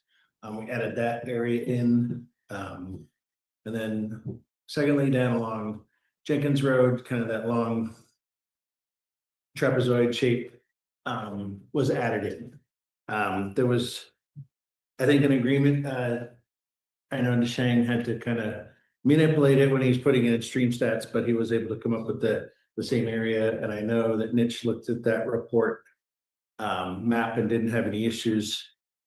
We did at the last minute submit a flood map. Mitch was kind enough to look at it quickly today. They did have some comments. So we're going to be working on coming back with a detailed flood map to review with the commission. Okay, thanks. It sounds like you're making progress here. Ready for some questions? Absolutely. Okay, Peter. I don't have anything right now. Okay, want me to come back to you? Maybe, maybe not. Okay, I'll give you an opportunity. Ben? In the watershed map that was modified with the red areas that were removed, so not this one, but that one. Can you explain, and maybe this was in the report and I missed it, why were the red areas removed? Those like darker yellow greenish areas. Well, the area that's. Oh, yeah, The red two area. different colors, sorry. Oh, yeah. No, Yeah. the red areas, it was just looking at the original map, which this is a StreamStat map. We brought in the NOAA LiDAR topo and contours at 2 foot intervals. And so we just were able to better define the watershed map.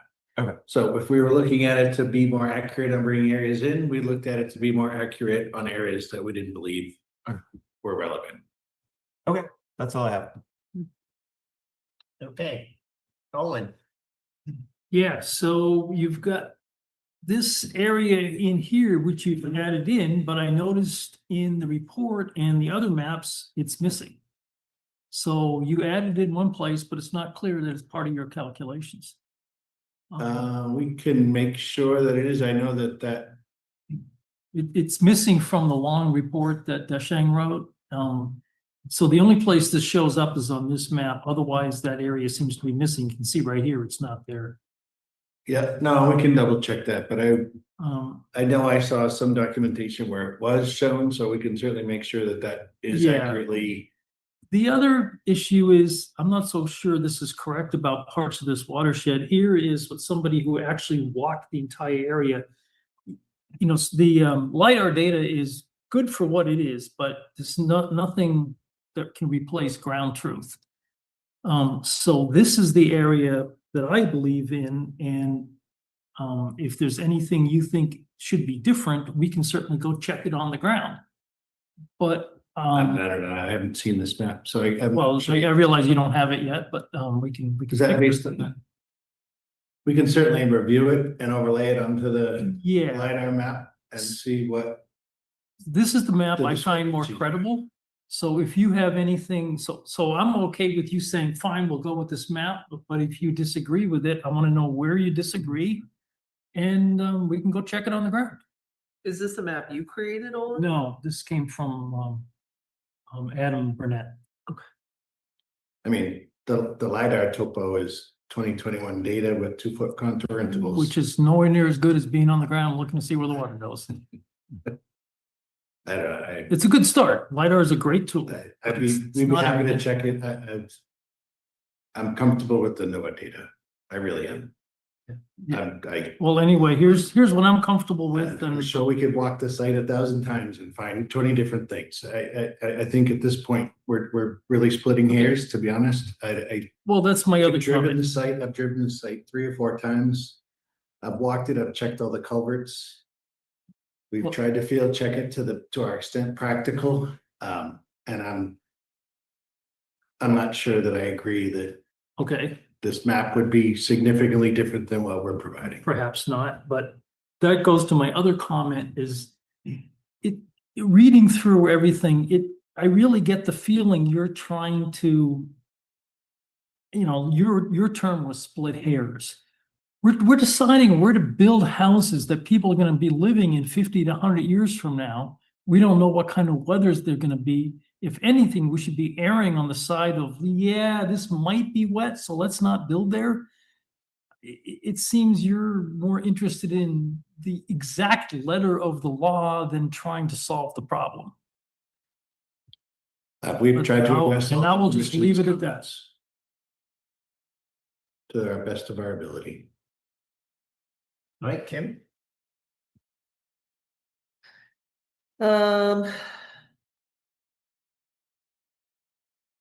I don't know, I find this to be very complex, this whole situation. I think I've learned a lot through the process. But I don't know that I have enough experience to speak to it well. So I tend to default to people who have been on the board much longer and seen complex developments like this. So. All right. Let's go with Larry. Oh, can you bring up the floodplain map with the elevations? This one? No, I one of don't, the ones that Charlotte sent out this afternoon. oh, I don't have stuff to send out this So, afternoon. Would Charlotte, have been. Charlotte, you bring that up? Let's get out. So I noticed that you have elevations on these brook and you have elevations on the cellar holes in the adjacent properties. And the elevations on the adjacent properties, the basement slabs are a little bit above the elevations I'm seeing on the brook. Is that number that I'm seeing on the brook, is that the existing brook, or is that a brook with a 100-year flood, or Hold on, wait 1 sec. Which map, Larry, whichever one you sent out? See, Oh, wait a minute, I do have a copy of that, hold on. It'd be It probably actually had page 3. elevations on the cellars. Yeah, Where's sorry that? about that. If you scroll down to page 3, it's No, okay. Oh, you got it? oh, this is all of them together. Yeah, right. Sorry. I missed Maybe I that. went there now, Jack. All So, right, so show me the stream and one of those elevations. Okay, so right there, so see, if you look to the, right about there, you got 210.91 for an elevation. yeah, And the basement slab is at 212.3 there. So you're a couple feet or a foot and a half above the 210.91. Now, is that the street or is that the? those elevations, and I'll make sure that the map has that box on the key, but those are the flood elevations along the profile. Those are the flood elevations. So The box with the hairs every 50 feet is the flood elevation, and then every half foot interval, we put in like 211.50, 212, 212.50. So those are the flood elevations. So yes, okay, the adjacent foundations at a minimum are a foot above the flood elevation, and in most cases, they're 2 feet. yeah, so you have these foundations and slabs above the flood elevation. And what we're also finding is that the flooding that extends beyond 50 feet of the brook is significantly less than a foot. We're talking inches. We're talking Yeah, less so I'm than looking that. right there, I'm seeing 213.3 and the elevation. Yeah, the base is correct. 211.68, so you're almost a couple feet above it. Correct. Okay, thank you, that's what I wanted to know. Okay, let's go with John. I don't have anything. Go somebody else. Did somebody want to weigh in again? Have some second thoughts. I have a question in terms of when do you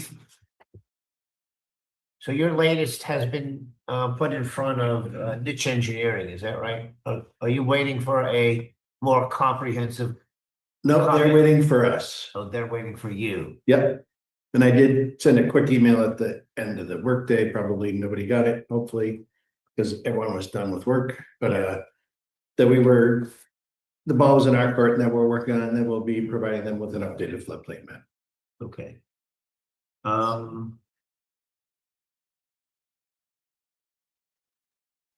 There were two questions that were remaining at our last meeting, as I remember. That was these N values and then the extent of the watershed.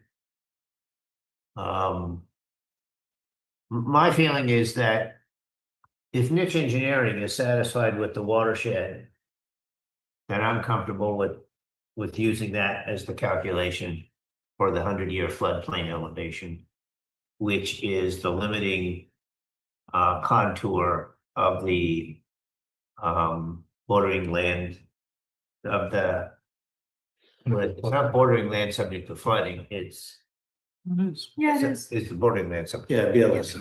And that's really what we were trying to get at, is where that contour line lies. When do you think you'll get the information that you? I'd like to come back in 2 weeks if possible, 2 please. weeks, and you can get that information to Niche, and we'll see if Niche has enough. Yep, they've been really responsive, so we appreciate it. Okay. That's where I am. I'd like to hear other members. I'm not sure everybody's there, however. Joe, you wanna, Yeah, so I'm willing to let you, go with this, but one of the data points I'd like to see is once you finally tweak your model, you got the end numbers, you got the basin area and all that. I want to see if you can replicate the two storms where we know exactly what happened. So run those. Let me go back here. I'll bring them up. Let's see. So if you can show me that your model correctly produces this, we know what happened, we know how many inches of rain there was. And we know this, we know how many inches of rain there was. And if we put those numbers into your model and you come out with what we see here, I'll believe it. We can certainly put, and I know Deshang has looked at that, and I don't think we were prepared to speak about it tonight, but we can certainly put together a summary addressing those two items, because I know he has looked at that. Yeah, so that'll be, for me, be good proof that your model is reasonable. Peter, did you want to share with the board something? I'm just trying to make sense of some stuff on the map, that's all. Okay. I see we have some hands up from the public. Are we ready to go to the public? All right, I would start with Deshang. Deshang, would you like to weigh in here, please? Yes, well, good evening, Deshang Wang. So I just want to make in a little bit inside of what we analyzed. So obviously, I just saw Olin sharing the watershed map from Adam, and I did a very quick calculation. So his watershed is like about 0.88 square miles, and compare with what we use 0.79, which is about 11% bigger. And so I'm not trying to argue for what we argue for anything, but if you noted in my analysis, I did a sensitivity analysis with a 20% bigger flow, and which is still not going to make a significant difference in the risk and the significance of flooding plan part. So our basement or whatever, the house setting is still significantly above that. So I don't really see anything. The analysis we did is use the latest, statistical data. That's one. And second, with all the increased flow, we did river morphology. It's like a bank full flow study together with the niche around the stream. So right now for 2-year storm, which is basically what Olin is trying to ask in as calibrated the model. We calibrated the 2-year storm. Right now, in general, the 2-year storm is higher than what we observed, really clearly and reliably used in a river morphology and river hydraulic study for decades. So, I mean, if that one is not a calibration, I don't know what it is. And it's thirdly, about the two events, as I kind of make a note of it, the precipitation is not the only deterministic factor for the total condition for the stream flow. So we have a saturated ground with the snow on the ground and the rain on the top of it. It's just totally different from just by the rain itself.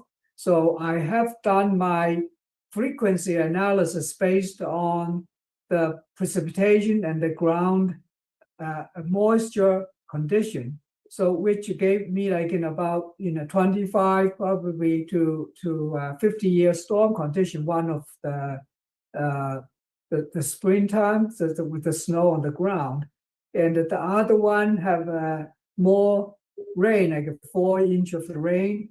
But I don't see where those photos were taken. As far as I can see at the driveway, there's lots of water was running over the driveway, which there's no really close view of the culvert to show that actual stream elevation. Whenever you have a snow melt and rain, you can have water everywhere. Then you call that bordering BLSF. That's not true, in my opinion, as well as technically and legally. So the final thing I'd like to make sure the commission, we can reach some agreement, not keep feeding things, which is probably, in my view, is not any significant anymore, is to, so we need the BLSF sort of in the regulation, they didn't differentiate it like zone A, zone B, that zone A, AE, or X. But as far as I know, as a common practice at this point for, I mean, more than 30 years practice in Massachusetts for wetlands protection and hydraulic and the BLSF study all together. FEMA's X zone means that not significant flooding zone less than 1 foot depth and less than 1 square mile area is normally considered as a zone X. And it's not surprising that FEMA didn't even carry their study into this gratuity brook. Upon the request of the commission, the applicant team provided very extensive study together with a peer review, carry that study into the zone. But I also laid out exactly under the guidelines of the FEMA's mapping, so that we can map in the BLSF, but the zone AE, which we have a definitive flood elevation defined, and the zone X with less or low risk zone area. We that's right now. I think we are going to map it on. So We got it. Thank you, Shane. and just in quite quick short summary, I know Matt agreed to do this analysis, but I want to know for sure, because based on just that precipitation, if we can agree, because just that precipitation and the photos, you cannot produce real discharge for the study.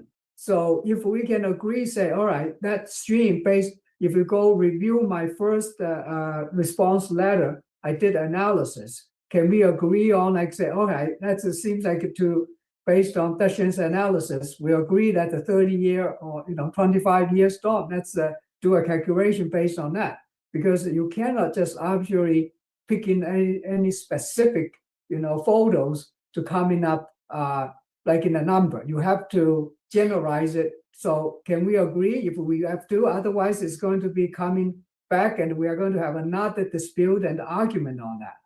All right, well, hang on. Yeah, I think that's a good question, and I think at least for me, the part that I need in order to answer that would be the final input from Mitch Engineering. I see, Adam, you have your hand up. Would you like to make some comments? Sure. Can you hear me okay? I can hear you, yeah. If you Yeah, brief and I will try to make this short. I had submitted a couple of more comments in the form of emails and some attachments, and I would really like the Conservation Commission just to look at those briefly, if you haven't already. If you have, that's really fantastic. I'm doing this because I want to make sure that this area does not get flooded in the future. And I've lived in the area for about 20 plus years now. And those events that we showed going over the bridge, they've happened, I would say probably 10 times over the last 20 years. And so if those are 50-year events, that's pretty amazing to me that those would be 8 or 10 50-year events in a matter of 20 years. So I think they're more likely about a 2-year event that we're looking at in those photos that Olin just presented. And the elevation in the area out just east of Hazel Grove that Olin showed one flood picture of in the woods is approximately elevation, it's between 210 and 211. And that was with a rainfall event of 2.8 inches. And, that's not an uncommon event. That's about a 1-year return interval, according to NOAA, 1 to 2 years. So, and that's about how often I see this area get flooded like this. And again, that elevation you're looking at right there is about 210. And if that's, so I would say a 100-year event would be significantly bigger than that. And I've witnessed 2 events in the last 20 years that were more like 20-year events, when we actually closed Highway 119, and all of the bottom end of Gratuity Road was underwater, and Fish's Bridge Road, and that wasn't even a 100-year event. So, we do have some data, and I would just have to argue that those are much more frequent than 50-year events that we're looking at right here in this photo. And so I just want to make sure that I do trust Niche's work, and I know everyone's trying hard here. I just want to make sure that they've gone through a process to identify roughness coefficients based on like the USGS's water supply paper 2339 that they're probably aware of, provides 2 different methods for coming up with roughness coefficients when you're looking at flooding. One of them is tabular, and one of them is with the calculations. And I think they just ought to do that, or someone ought to do that, because I went ahead and did it myself, and that's how I came up with my roughness coefficient estimates. If they could document those in tabular form, rather than just basically say, well, it looks about like this, or looks about like that. That's not, in my mind, very scientific. And then, so I'm just saying, back up with paperwork. And then secondly, the watershed, I did walk that, and I think maybe the members should walk those areas that I still think, and I documented just about 3 or 4 locations that I thought that 11% that, difference. It's not a lot, but it is pretty clear when you walk on the ground that the areas are definitely flowing into Gratuity Brook. One is south of Broad Meadow Road, just that area south of there. And there's another area just north of, at the intersection of Long Hill Road and Farmers Row. There's an area in there that was excluded that definitely, even the crenulations in topo shows that all drains into Gratuity Brook. And then there's another area around the rail trail, and then just a small area up in the northeast corner that's obviously, there's some culverts that go underneath Hollow Street and then flow into the watershed of Gratuity that probably aren't picked up using just LiDAR, because you're just not going to see those unless you walk the ground, which I did, and I'm not sure if Niche did or Claw. So that's just something I wanted to point out. Maybe they ought to do that, or maybe the commission should, and that would show you that this is probably a pretty accurate map. I'm not saying it's perfect, but those are my 2 comments. The roughness coefficients, do some analysis. I sent you some photos showing the channel roughnesses, for examples of like a 0.07 versus a 0.035. I think it's probably a little more closer to that number, but again, if Niche can provide you with tables, then that would be great. Okay. Okay, thank you so much. All right, when we get that next listening. report, that will be discussed in a public meeting. And you'll have an opportunity to provide your comments to the final, hopefully the final niche engineering report. Thanks again. Sure. All right. Any other comments from the public?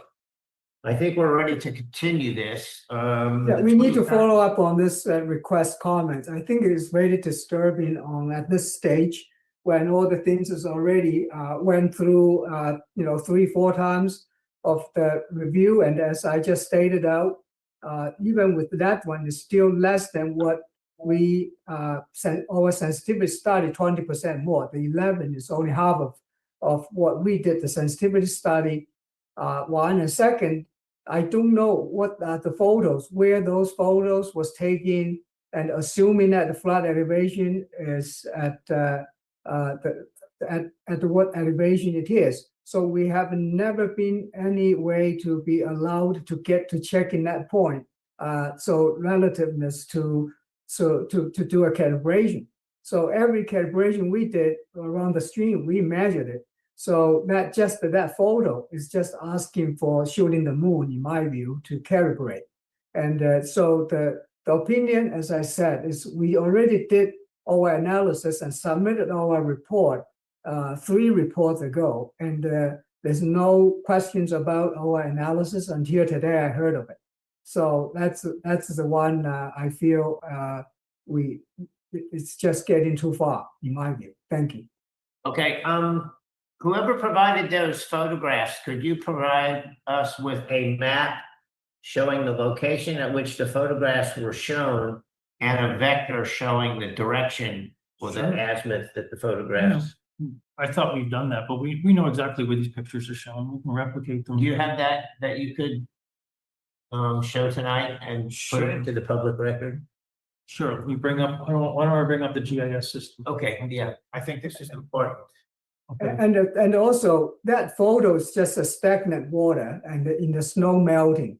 So whether that's a true water level from the brook is no way I can identify. I see the brook as shown here in distance shooting from the slope. I see the water flowing toward the brook rather than the water standing in the brook to see it, that elevation as a cross section, because that's quite different. So during a snow melting and a heavy precipitation condition, it is not appropriate just shooting photos from distance to claim that's the water level and overbank flow at the culvert.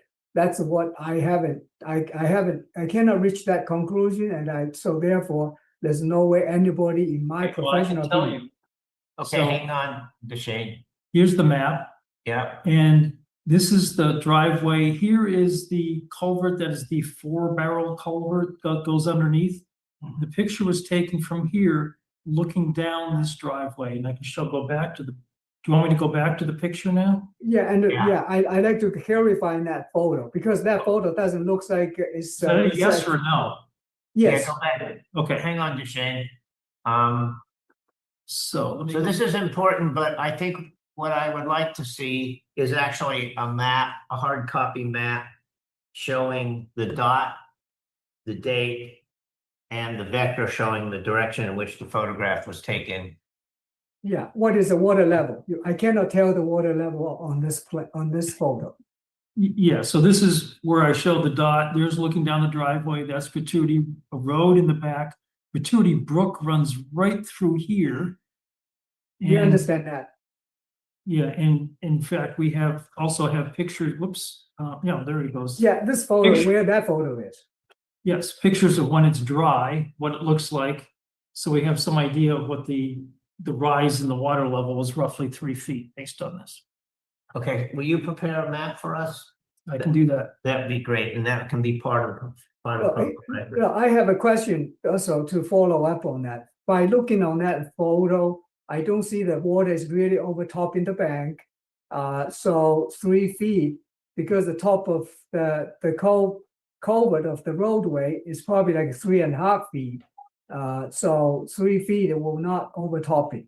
And the water coming from, looking from here, I don't know where that water is. Because if you look in the distance, you can see that water in the brook is significantly lower. It's below the crest. Yes, it's right about here. Yes, it's slightly below the top there. Yeah. Okay. Okay, so I think that will be what we'll take a look at the next meeting. And then we'll look forward to Mitch's comments.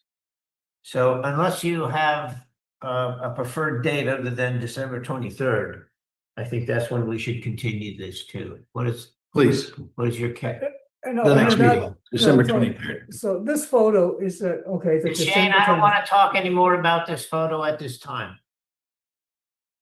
We'll pick it up next meeting. We gotta move on here. Would Yeah, somebody like to make a I would motion? like to move that we continue this DEP 16912, I'm sorry, DEP 1691281 to December 23rd. Second. And any discussion? Hearing none, all those in favor indicate by saying aye. Aye. Raising your right hand. Opposed? Abstentions, motion carries by unanimous vote. Thank you very much. Thank you very much. I'm hoping to wrap this thing up pretty soon. Bruce, can I suggest something for the next item? Sure. We have Mr. Allard here to talk about his property at 331 Boston Road. Do you want to give us an overview?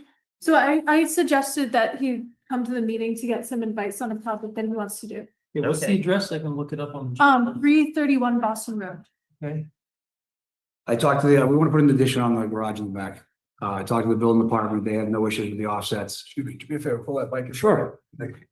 So I talked to them, I think Thursday, and they, we were within all the offsets. He suggested reach out to Charlotte and just see if you guys had an issue with us adding onto the side of the building in the back. So I guess rather than, it's a steel structure, so we have to order a kit from the manufacturer. It's take 4 or 5 months to get it. We think of a sizable deposit, so I figured it's easier to come and have a conversation with you guys as opposed to putting money out and then finding out later on we can't do anything. Or have to change the plans of some sort, so. Figured she said we can come and have a quick conversation and move on from there. You ready for some questions? Go ahead, Olin. We'll start with you. Okay, I was trying to bring this up, so now that I have some context, can you tell me what your question is? So the building in the back, behind the house, it's 30 by 40 now. We want to add about 14, 15 feet to the right-hand side looking at the front door. So you want to extend this over here? Yes. Not that far over, the main building there, right under the number, yes. So to the right-hand side of that. Well, isn't there already, that's something. That's a motorhome. That's what we're trying to protect at this point. I see. So you want to close off Yeah, between. we've got a tent there, one of the portable tents, the shelters, which is just terrible to deal with generally. As far as snow load and stuff, it's just a constant battle. So we're looking to add onto the side of the garage just to be able to park that inside and protect it long term. Is that going to be just a roof or foundation? It would be 4 sonotubes, with it's a steel truss structure with wooden purlins and girts, and then we side it to match the rest of the building. So it's the same structure the building already is. So the ground will stay what it is, but you'll have a roof over it. We'll have a roof over, yeah, and then there'll be like 4 columns coming down that will side in. So the real issue is going to be where's the water going to go? I guess. Well, I'm not asking you right now. Okay. This is you're asking about what the filing is going to be. Sure. The first thing you should probably figure out is where the edge of the wetland is, at least roughly. So there's We- one on this side and there's the one in the back. Yeah, I think there's one. So he's fine. This one you're outside, but this one you were inside. I think the 100-foot stretches to about here. So I was asking what side the addition would go on. I thought it was this side and I said, oh, you're all set. But then this side, it's within the 100-foot. Okay, so we'd have to look at that. So what we would want to see as a filing is a rough drawing of where this is. Definitely show where the 100-foot buffer is. Oh, okay. How do I find the 100? We can help with that, I guess. Yeah. If you- Charlotte seems to know already where it is. Yeah. And then issues that might come up are, there's a no permanent structures within a 100-foot bylaw. So, but can be a give and take on that. Okay. So we're usually looking for something in return, especially if you're near the outer edge of that. Another question that's going to come up is where the water is going to go and how you're going to deal with it and not cause more flooding. So those are the issues that I see. Okay. And I think would be appropriate for an RDA, sounds like. Okay, Ben? I agree. I think an RDA sounds appropriate. And sorry, is there going to be a foundation or no? It'd be sonotubes. Okay. Yeah, so there wouldn't be a full foundation. Okay. So what's an RDA? My ignorance. It's the easy filing. Yeah. Okay. As opposed to the Okay, yeah, I'm not familiar with it. way easier than the big full blown. It's the wetlands light filing. Okay, all right. Ben, you all set? Yeah. Okay, let's go with Peter. Okay, so there's a barn, a motor home, and what's the other? That's the temporary shelter there, the tent that we have. Okay, one of these big industrial. Yeah, and it's like, the Quonset hut looking, rounded, with the canvas over it. So that's what we use now for storage. So that'll be eliminated, essentially in replacement for the addition is what we're looking to do. Okay, that's all I got. All right, John. No question. Larry. Well, wait a minute. Can you put it on the left side? No. I wouldn't be able to back it in. We'd be up.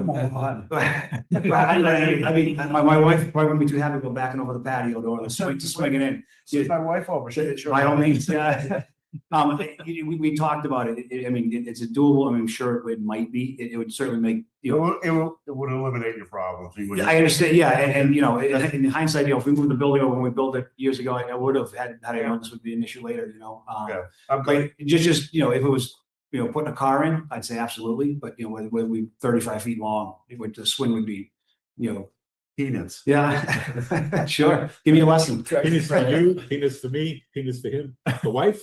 Well, no, that's not that she can't back it in, no, but I'm gonna take more of a grass, I'm gonna be on the patio at that point, you know, in the backyard, that's the concern. You know, so. I got trailers longer than that. Yeah, it's already driveway with it, so it's a perfect straight shot enough. Yeah, no, I get it. I was just that. I understand. Yeah. I'm good. All right, Larry? What size is it? So it'd be the length of the building now, which is 40 feet, and then we're gonna go over like 15 or so. The engineers are drawing up So 15 feet off the side of the off the existing, side of the existing? the existing building, yeah. So is it shed roof, basically? What's that? Shed roof, or is it just gonna be? I'd say, yeah, it's just gonna be a pitch roof, right? You know, we're gonna attach to I don't know how the plans are gonna work exactly. It's gonna attach to the existing structure. So the motorhome would either go in it or away from it. And the tent that you have now is gone? That's going, oh yeah, as soon as that's closed. That's only 15 feet wide. Is that still in the 100-foot? Yeah, just at the, well, let's measure. So I mean- 15, it's gonna be 15 feet off that barn. Yeah, it was still, I think the 100-foot extends to about here, But we gave. but I that was just, 60 to my problem, plus or minus a foot or two, I think.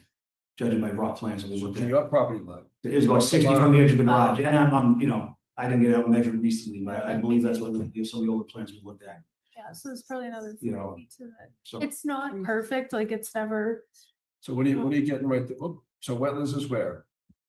Back? So that, Move the wetlands? yeah, All right, so what do you have? That's 100-foot right there? that's 100 feet. Okay, so he's 10-foot over. Yeah, maybe. I mean, this layer isn't necessarily real accurate, but Yeah. it gives you a rough idea. And you're putting it on saunas. yeah, some tubes, yeah, I don't know what size, there's an engineer drawing will tell us. Steel frame, steel columns, steel trusses? Steel trusses, yeah, they do the engineering on that, and then, it'd be like 2x6s, vertically. Horizontal, I'm sorry, you know, they screw on, it's a kit, the building's built the same way. So we go back to the manufacturer for safety as far as, you know, making all jive. So there's minimal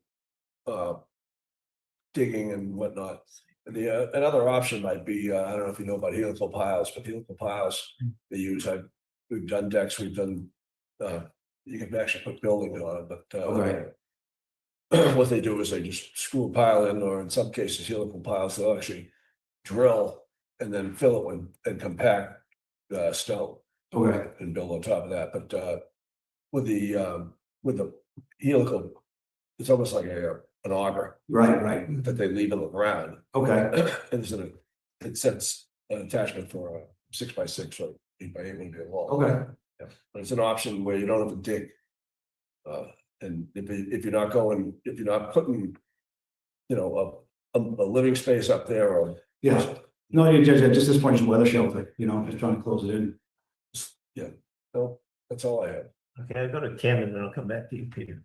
Kim? Sure, I mean, it sounds like a filing for the RDA would be the most appropriate thing. I think that's really all I have. How many questions? Okay, and Peter? Yeah, just see if I understand one thing. Yep. So the motorhome, assuming that was 15 feet wide, just for sake of argument. Okay, That would be the width of the shed that you're gonna put on. okay, And then you're gonna get rid of the other structure, yes, so that would be our benefit.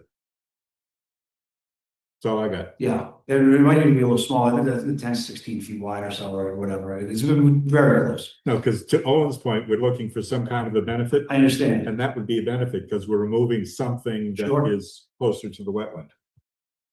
I'm good. okay. All right, I don't have anything to add. Charlotte, do you have anything? that was gonna be my same sentiment to Peter, that if the other structure is removed, then it's kind of just like minimal. But do you think RDA? Okay, so whenever you have a chance, if you want to stop by, I can help you fill out Okay. RDA and put the plan together and everything. Fine, I'll swing by the next few days. Okay. Okay, cool. That's Okay, it. thank you very much. Let's see. Yeah, Appreciate your time. Thanks for checking with us before. Well, it's getting easier. Yeah, for sure. Yeah. And- All right, that brings us on to general business. We have a hunting issue at parcel 202-83.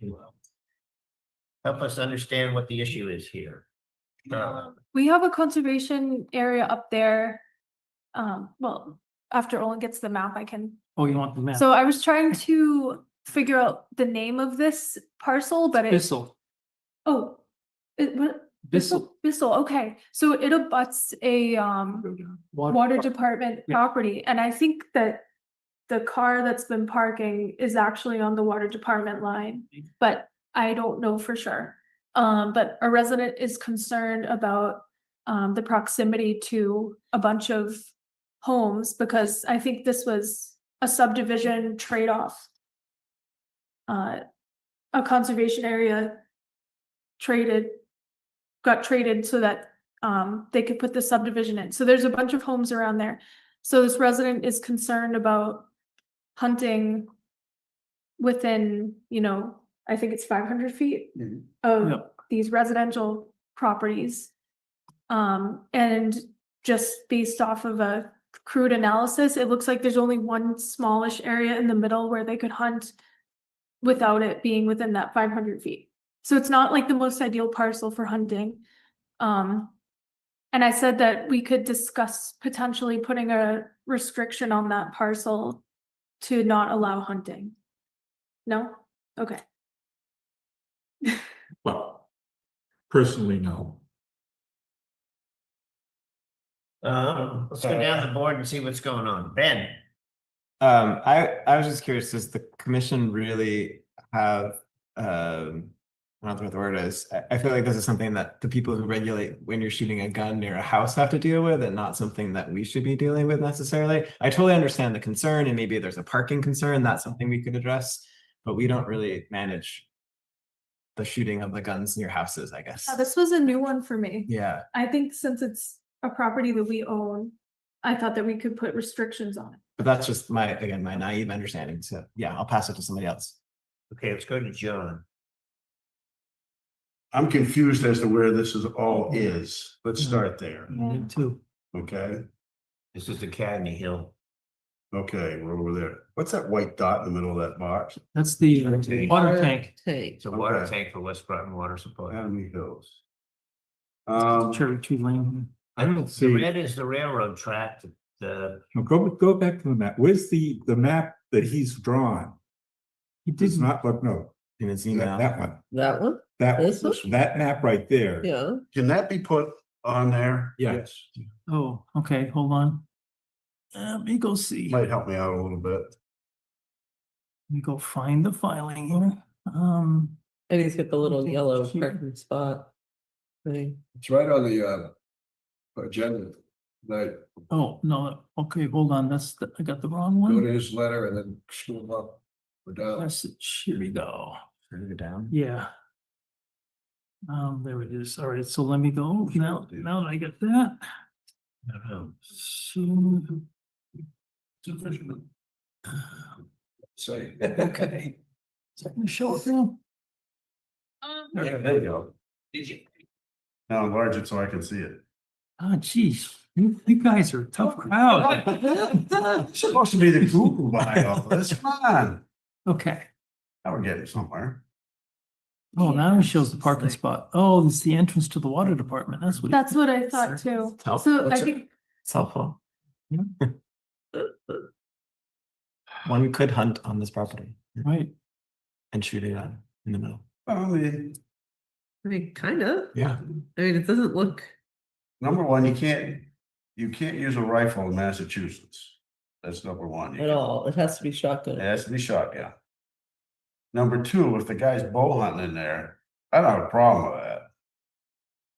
Nor should the neighbor have a problem with that.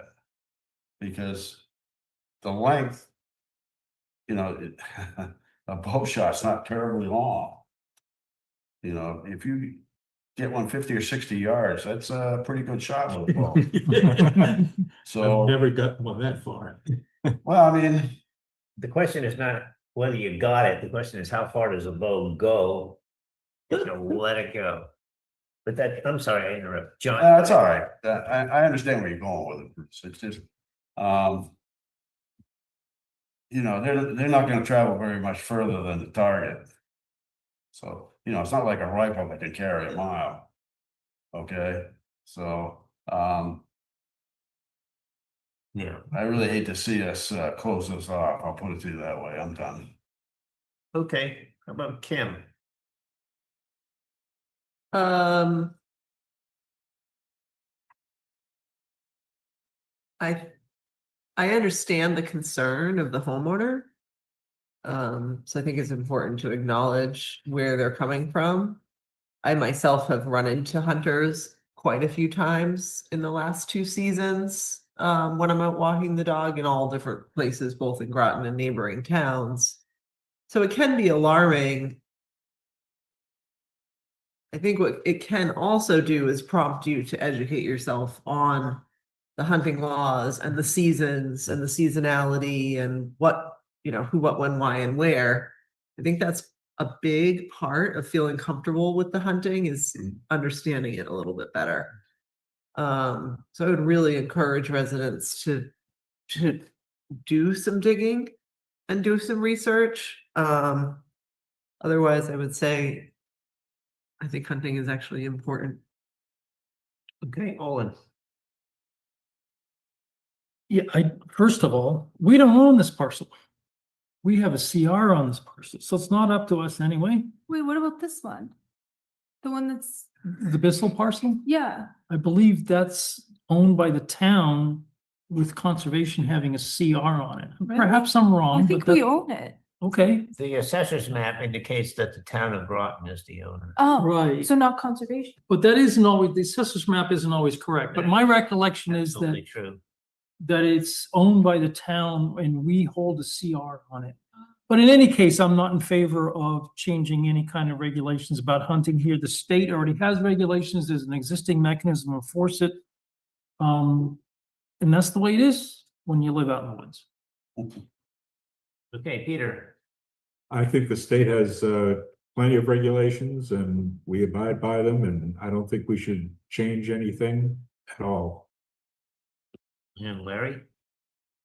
No, I'm just saying, I think that there's room enough in there to discharge a firearm if you inside that or outside that 500-foot radius of these houses, and like John said, it's a shotgun, not a long rifle or a bow. And it's not our job to regulate where he is. That's the police or the fishing game. And I think one of the reasons, one of the issues this guy had was where he was parked too, whether that was our property or not, but that's really not. It looks like the water department, that's not our call anyway. Yeah, Mike, go ahead. Well, go Bruce and then come back to me, please. Yeah, this is really an issue for the state. This is a state regulation, the 500 feet from a residence. And I would say if somebody has a problem with that, I think it would be most expeditious to take it up with the state, because that's where it's going to end up anyway, probably.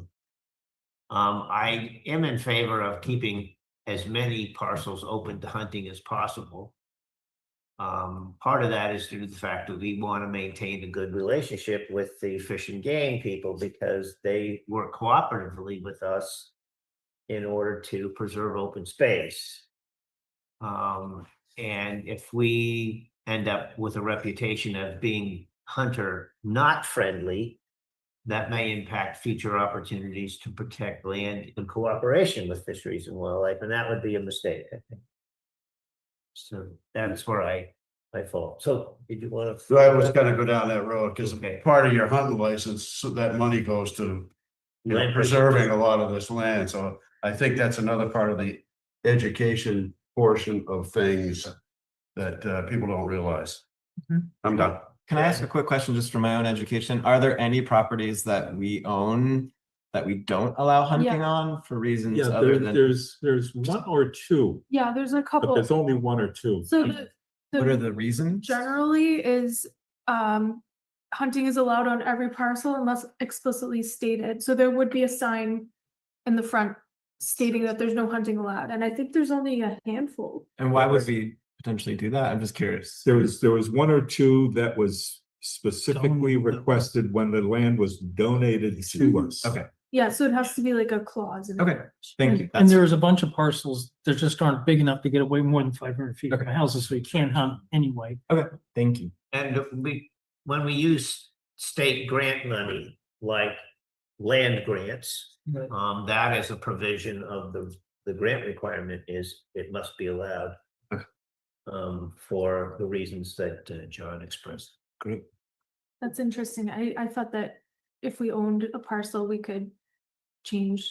If Fish and Game has money in on it, you can't stop people from hunting on it. Well, it's, Period. it's actually almost half right here. A land grant, you get to choose whether you will allow hunting on it or not, and they score it accordingly. All the land grants we've gotten, we've said we will allow hunting. So those are now required to be open for hunting, which includes Casella and Coxwalker and Interesting. others. Okay. Yeah. And if we say we don't allow it, then we just, We might not get the grant, right? So where should we take this? I think do nothing. Okay. Yeah, I Did you would, already respond to the resident, Charlotte? I There was did, an I just Email sent- exchange? Yeah, Yeah. yeah. So I can just reiterate what was said during this meeting today. Any other comments from the board? We do have Adam's hand up. Yeah. Adam, would you like to speak to this one? Just real quick, this is very interesting, and I noticed I've been walking on some of the state land in Connecticut, and what they've done is where there's an issue, like on a trail that's within 500 feet of a residence, they actually have a polite little sign that just says, you're now within 500 foot of a residence, no discharge of firearms. I don't know how much signing, but that was something that they did to deal with issues where there were some conflicts. So it was just a good, friendly way of telling people that, hey, you're within that 500-foot zone, even if you can't see a house. That could be a good idea. So how many bullet holes were in the sign? Yeah, there actually weren't any. I was quite surprised. Signs are great targets because when you hit them, they go Yeah, bing. If you go to Arizona, every sign has got a bullet hole. try to get a gun in Connecticut. Oh yeah, well, and then you build them out of a plastic so they don't get destroyed every time, right? You don't. But anyway, that's all I wanted to say. And then there's also something about discharging across trails and roads. You're not allowed to, I guess, but that's about it. Okay, thanks, Adam. All right. So should we direct the No, no. administrator to take any It's just action? a response, Charlotte. It's a pretty good Okay. response right there. It's already been said. Oh, what I said? Yeah. Okay. Oh, I- sorry. I'll read it. Oh, and as far as the parking, I don't really see a problem with that either. It looks like a reasonable place to park. Okay. It's basically the trailhead. It looks like conservation I land think across you the wanted to property restrict is it. about 47 acres. And I don't think we would restrict it. No. it's a nice Residential. trail. We can- Too many Listen up. conversations going. Larry? This is the response that Charlotte sent. It looks like the conservation land across from their property is around 47 acres. Although it is surrounded by subdivisions and residential areas, hunting is allowed on our parcels unless otherwise posted. The person who is hunting still has to follow all town and state regulations which specify when they're allowed to hunt. I will have to head out to see where the cleared area is, where the vehicle is parked, and please let me know when you observe the vehicle. I'll try to head out there to see it. Sounds very reasonable. Yeah, I like that. I guess Like I it. already covered it then. Yeah, check that out. Perfect. Perfect. There's no further action required. I'm glad it was brought to our attention. It's an opportunity to actually bring it to the public's attention as part of this process. Okay, that brings us to an enforcement order or a potential enforcement order at Old Air Road, Indian Hill Music Center. Charlotte, where are we on that? So these next three, all three are active enforcement orders. Old Air Road and 101 Longley Road have both responded to our enforcement orders, whereas 60 Valley Road, my letter got bounced back. So they didn't even see my enforcement order that was sent, I think, in September or August. So Old Air Road, we sent the enforcement order last week or last week. Okay. And it was a stop work order as well as a directive to apply for a retroactive RDA. They have since had Dilson Roy do the RDA, so that's on our agenda for the next meeting. And I'm also checking in with the state that looks into APRs because I just wanted to alert them that, you know, as you directed me last meeting, that work is going on in the field across the street as well. So I think they're looking into it. Okay. And what did the state say? Nothing yet, they're looking into it. They think that it's been in agricultural use continuously. No, it's not. It's been fallow for more than 5 years. They were just going by satellite images. That was their response to me. So Okay. About documentation. Well, Okay, can I make a comment? yeah, I think what the state doesn't understand, even where does the field start and stop, and where does the fallow land start and stop, I think has to be delineated somehow as to whether it might was, be in the APR. you know, this is kind of a lot of gray area in this one to me. But, you know, if the state's looking at stuff is, how did they get away with filling behind the they filled a ton over there. So how'd they get away with that one? The state kind of going, We brought it to their attention. I remember it was a concern of mine. okay, and I got a feeling there was some backdoor meetings on that one. That's just my own personal. filling on what? Next to Sean and O'Neill's Orchard, the parcel. You haven't been down the rail trail. You know where Sean O'Neill's Orchard is on Old Air Road? Yeah, Next to Roy McGregor's, you up over the Right. back. Sean's goes like this, all the way down to the rail trail. The other one coming off the rail trail goes like this now. really. Yeah. Thousands of yards of material. Anyway, my thoughts is that we own responsibility for this problem Yeah. because we bought the APR. No, my No, understanding, it's a no. state program. We bought the APR. We paid for it. Did we? I don't think Yeah, so. it was. in We the- paid for the APR. When was this? We paid 10%, state paid 90%. Oh, okay. Oh, so we kicked in. a I little paid bit. for that. Okay. I know I did. We kicked in a little bit. Okay, so we have. Well, But still, Okay, we own we own okay. jointly and severally. I didn't know that. Yeah, I would Yeah. encourage everyone That's to good. read through that because it's in the drive. I think it's from our last meeting though. And it says in there, the Conservation Commission owns. Okay, did not know that. And it Read- says no excavation. Can I ask a question about the stone wall? So we were concerned that this is within 100 feet of James Brook. It is, yeah. It is very far away from James Brook. It's almost 200 feet from James Brook. So I guess the question with that was, are we looking at it in the 200 foot or the 100 All right. foot? Because parts of James Brook are intermittent and other parts are perennial. and maybe this will come up next week during the RDA discussion, but just to sort of preview that, it seems quite far from James Brook based on I didn't walk it or measure it, but based on the map, it's probably 200 feet from James Brook, The stone wall or the the, stone wall. It's It is across the 200 street. Yeah.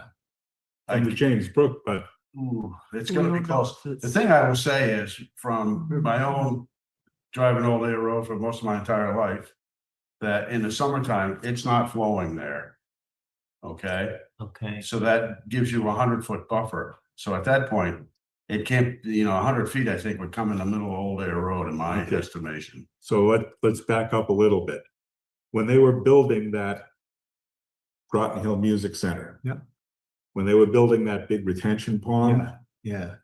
That siltation from the retention pond went into that gully I remember. across the street, down James Brook, I saw it. all the way down. Yeah. So we took responsibility. We took control all the way up. I see. Okay. And I know James Brook So, May not so be. then that edge is what we're thinking about then, not the actual brook itself, but the, The edge of the BBW. okay, that's what I was So trying to that's understand. like a bordering vegetated wetland. Okay. which I is- think that's what it is, not the brook itself. So I think the letter to me, and maybe to the now applicant, it's specifically talking about the brook. And so I think this will come up next week in the conversation. I think maybe clarifying that will be helpful for everyone. Again. Yeah, for I me, think you. I also looked into this when it first was going on and I checked it from the edge of this bordering vegetated wetland, which is where Olin is measuring now. So it's definitely Okay. within 100 feet of that, if not Okay. 200 feet of Jamesboro. Thank you, that's helpful. So we still think we have jurisdiction, is that? Yeah. right? That was what I was trying to figure out. Thank you. That's important. Before we. Now, what about the section of wall that they have not constructed yet? That is a stop work order. So there shouldn't be any work. Right, Going- but this section of the wall they've completed. Hmm. If you go down the road a little piece towards towards towards the center, not towards air. Was there. towards air. Okay. Whose screen are we looking at here? Olin, are you? Can Oh, you scroll up a little bit? yeah, I'm trying to get rid Yeah, of this measure. easily. I can't figure out how to make it not measure. It's really hard. Yeah, I used to exit out of it and re-enter it because I can't. Okay, figure it out so- either. I believe we're talking about this area here, right? No, I think it's The other side of the driveway. Wait a minute. All right, I'm not sure what you'll want me to look at then. I'm confused. Give Peter. Say, where's the driveway? Back to the driveway. Back to the driveway. Here's Just on the other side of the driveway. There's building a second stone wall. They are? Yes, they are. Did not know that. They have a whole foundation all put in. Oh, geez. Okay, well, I gotta go that way. well, this order should cover that. Well, that's what I'm wondering. Is there another wetland? And I think this other stone wall is gonna be out of our jurisdiction, maybe. Wait a minute, are you saying right in here? No. Across the street. Across the street, on the- Entryway. Oh, the- across, oh. right Yes. there, Yeah. all the way Oh, down there. I see the, okay. yeah, that might be a maybe Maybe, well, that's something the RDA would determine. You would have to measure that. Okay. Now, is that dark area wetland? I wonder? What dark area? That's the basin, that's the Right across basin the drive. that's during development, and that's Yeah, this picture is, is from. No, across the street, where it's sort of, okay, so that's about 180 feet from James Brook. From trees. Right where the arrow is, where the arrow is, yeah, to the right of that, to the right. Wait a minute, so. that's not wetlands, that looks like apple trees to me. Might not be, but. I'm confused what you guys are asking. So. Well, this is all part of the filing of the Yeah, term. so we have a stop work order and we're expecting a filing. Is that Yeah. where we are? Yeah. Okay, and these are just some of the issues that we need to be concerned about when we get that filing in, I believe. And Correct me that if I'm wrong on that. That sounds right. Okay. takes care of all of this. We're gonna do anything about the other side, the Adair side? Scroll down to the hill where they're doing their work on. They took all the trees down and. I thought well, didn't I show pictures They last put time? down Erosion controls in there and I Yeah. thought we were okay with that for. now, Yeah, you're talking about this area here, right? You know, And I thought we also told them to leave the dirt there over the winter, because it's gonna act like a berm. Right.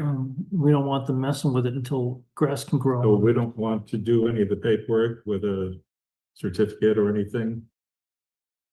Yeah, I think Good question. What do you- we originally told them it'd be okay to pull the stumps and roots out, but I think that. Right, but- Now we should stop that. Right, but if you take a look at 310 CMR, Says to nothing. do this work, they require a certificate of, No. Authorization, certificate of approval approval, of it. from either us or the Department of Agriculture. Or both. so do we want to kick it to the Department of Agriculture? Well, I think that's what Charlotte did. Yeah, I'm gonna Okay. see. Okay. Then we just have to keep an eye on them to make sure that. But I think they're just gonna go, Yeah, I wouldn't hold out a lot of hope for that.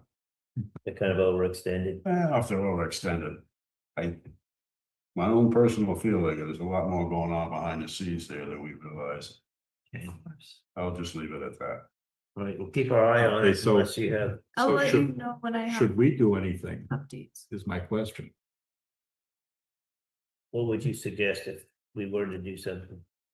I don't know. I mean, that's I mean, Shouldn't that paperwork? you guys should read CMR 310.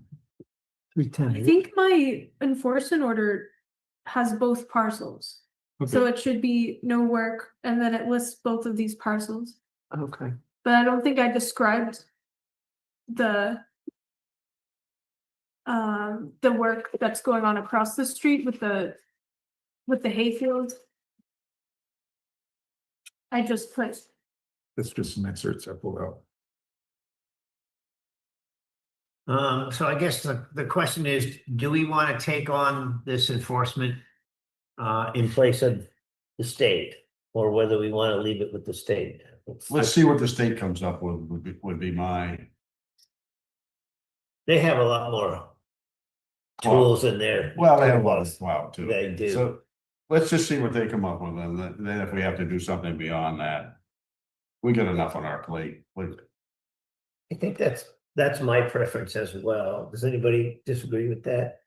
Let the state take a shot at it. Shot at it, we'll see where that goes. All right, anything else left on that one you want to talk about? no, Next but one is 60 Valley Road. as I said, so this was an area where there was a bunch of machete clearing in a nice little wetland. And also there's the pond right in front. So this whole entire property that we're talking about here is like within a buffer zone or in a wetland itself. So this was done, I think, early September, maybe late August. I don't remember exactly what it was, but the contractors came in who had done the work, and they seemed remorseful. They didn't understand that it was a violation of a bylaw. So we had asked them to come up with a restoration plan. And all of that was in my enforcement order that was sent out, but I'm not entirely sure what happened. It's just the letter was never claimed, so it returned unopened and unclaimed several months later. Where does it go if that I happens? sent it to the contractor, the address that he gave me. So it was sent to an address in town where he was living. It's actually listed on the assessors now with an owner. What? Maybe you should send it to them. Why So not that- send it to these guys? I mean, Well, it's complicated because we talked with the contractors, and that was our understanding, is that we were gonna send that to the contractors. So they gave me a address. The guy that owns this, I think, lives in Rhode Island. Cumberland or Allen. Yep. Well, from a procedural point of view, I think we should send a letter to the landowner. mhm. That's the current process. They're the ones on the hook if we decide to find somebody. Right. Yeah, until the law gets changed, that's where we are, I think. So do you think that having a restoration done here is gonna cause more damage at this point?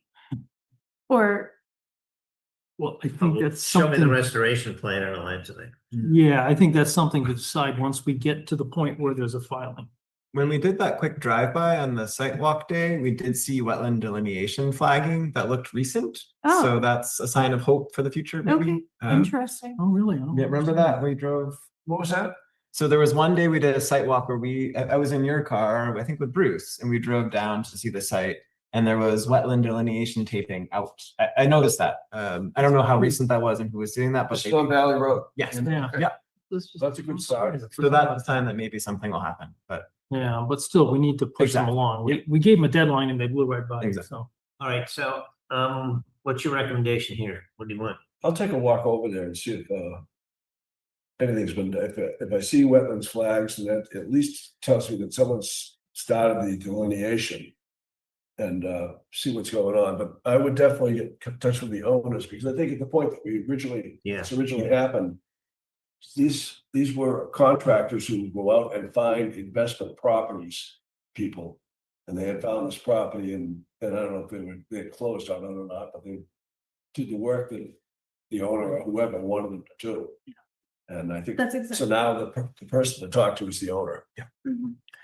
Yeah, I agree with that. Anybody else? Okay, So we would ask that you send sure. a letter very similar to the one that you sent to I'll the just- yeah. contractors I and didn't send get it certified to the homeowner or the owners in Rhode Island or But whatever. you may get a response that, yeah, we've done a delineation. Yeah, There's no starting. Yeah. okay. Just be nice to get a response. All right, so we're not talking fines yet. We may have a misunderstanding here and before we That we sounds take the reasonable next- to me, so. step up the ladder of escalation, we should probably talk to the homeowner. Yep. Okay, good. And then we have 101 Longley Road. What's Yeah. happening there? Well, we already saw that one. I sent the enforcement order last week as well. Actually, maybe the week before that. Okay. So the homeowner there, came into my office and he immediately wanted to, respond to the enforcement order and he put down a hay fence, a silt fence. If you guys have driven by there, there's a big silt fence wrapped around. His intent was to, I guess, restore a field that used to be there. I think he wants to put lawn there now. So I asked him to write details of that in the RDA, and that will be before us in our next meeting. Okay. Take a look at it then. Looks like a lot of soil has been pushed down the hill. and Yeah, for sure. Into the portion of that field. How far? All right, anything else on general discussion announcements? Nope. Committee updates? Oh, go ahead, Tim, I'm sorry.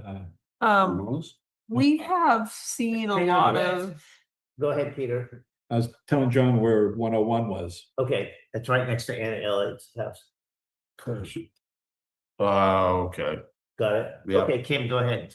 we've seen a lot of potential violations lately, and I just am curious how we're tracking them. Are we keeping up with them? I know they don't always come up in this as far as general discussions.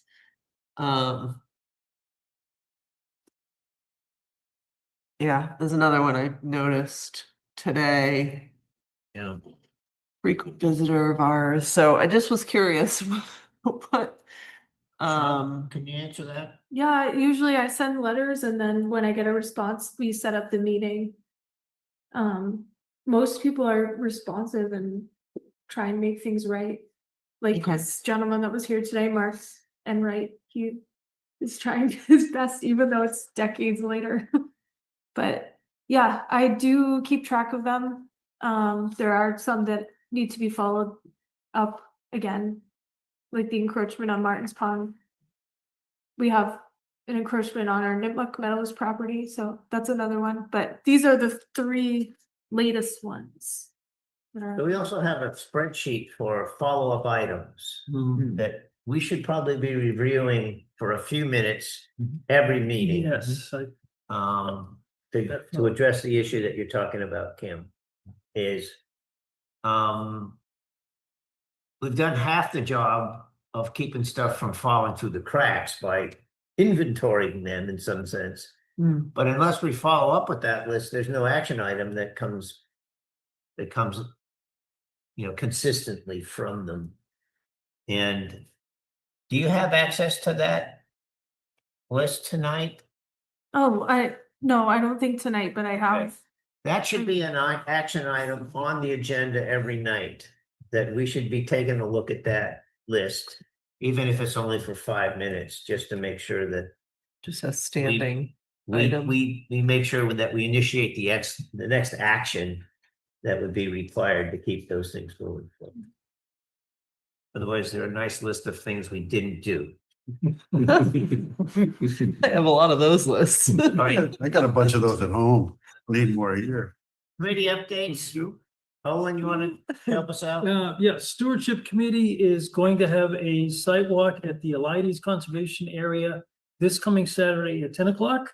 urge everybody to be there. We're going to look around with the eye towards how we should be managing the area, including the section that you mowed recently, but also the part over by Pacer Way. So I hope to see folks there at 10 o'clock on Saturday.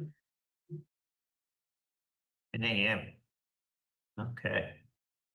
Anything else for land? Oh, yeah, we got 16 more sign blanks in the shed. I guess, have they been opened up or should I open them up and stack them? I have not opened them. I actually forgot that they were there. I think they came in when I was not here. So- Yeah, I got a message from Fran that they showed up. So maybe next time I have a chance, it's not super cold, I will open up the box and stack them. Yeah, if you Take a need lot help less- digging the shed, let me know. Is that I know down how by to the break it library? down.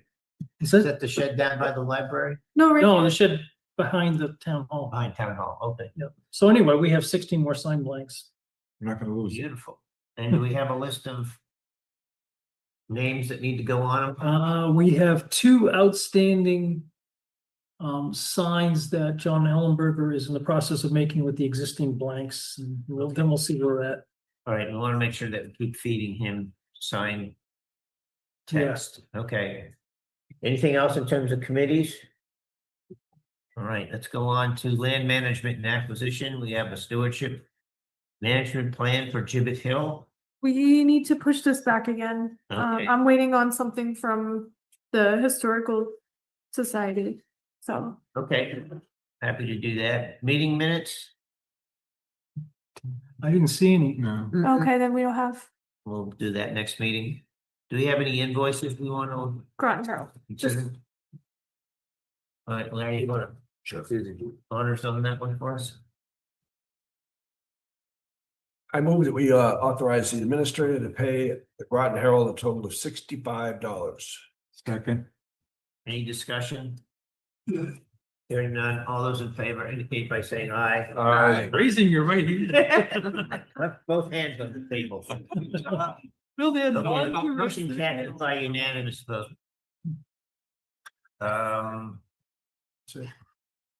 It's the Unless something has come up in the last 2 hours, I guess we're not going to executive session. Cheryl, entertain a motion to it. no, We are going. Oh, Yeah. they are. Okay, something changed. Yeah, I started paying attention. Chair will entertain a motion to enter executive session to consider the purchase, exchange, lease, or value of real estate if the chair declares that an open meeting may have a detrimental effect on negotiating position of the body, and the chair hereby declares that. So moved. Second. This will be a roll, and not to let the motion include the language that we will not return to open session. So moved. Second. All right, this will be a roll call vote. Olin, Olin, I. Ben, And I. Kim, Kim, I. Peter, Peter up. John, I. Larry, aye. Larry, Bruce, I.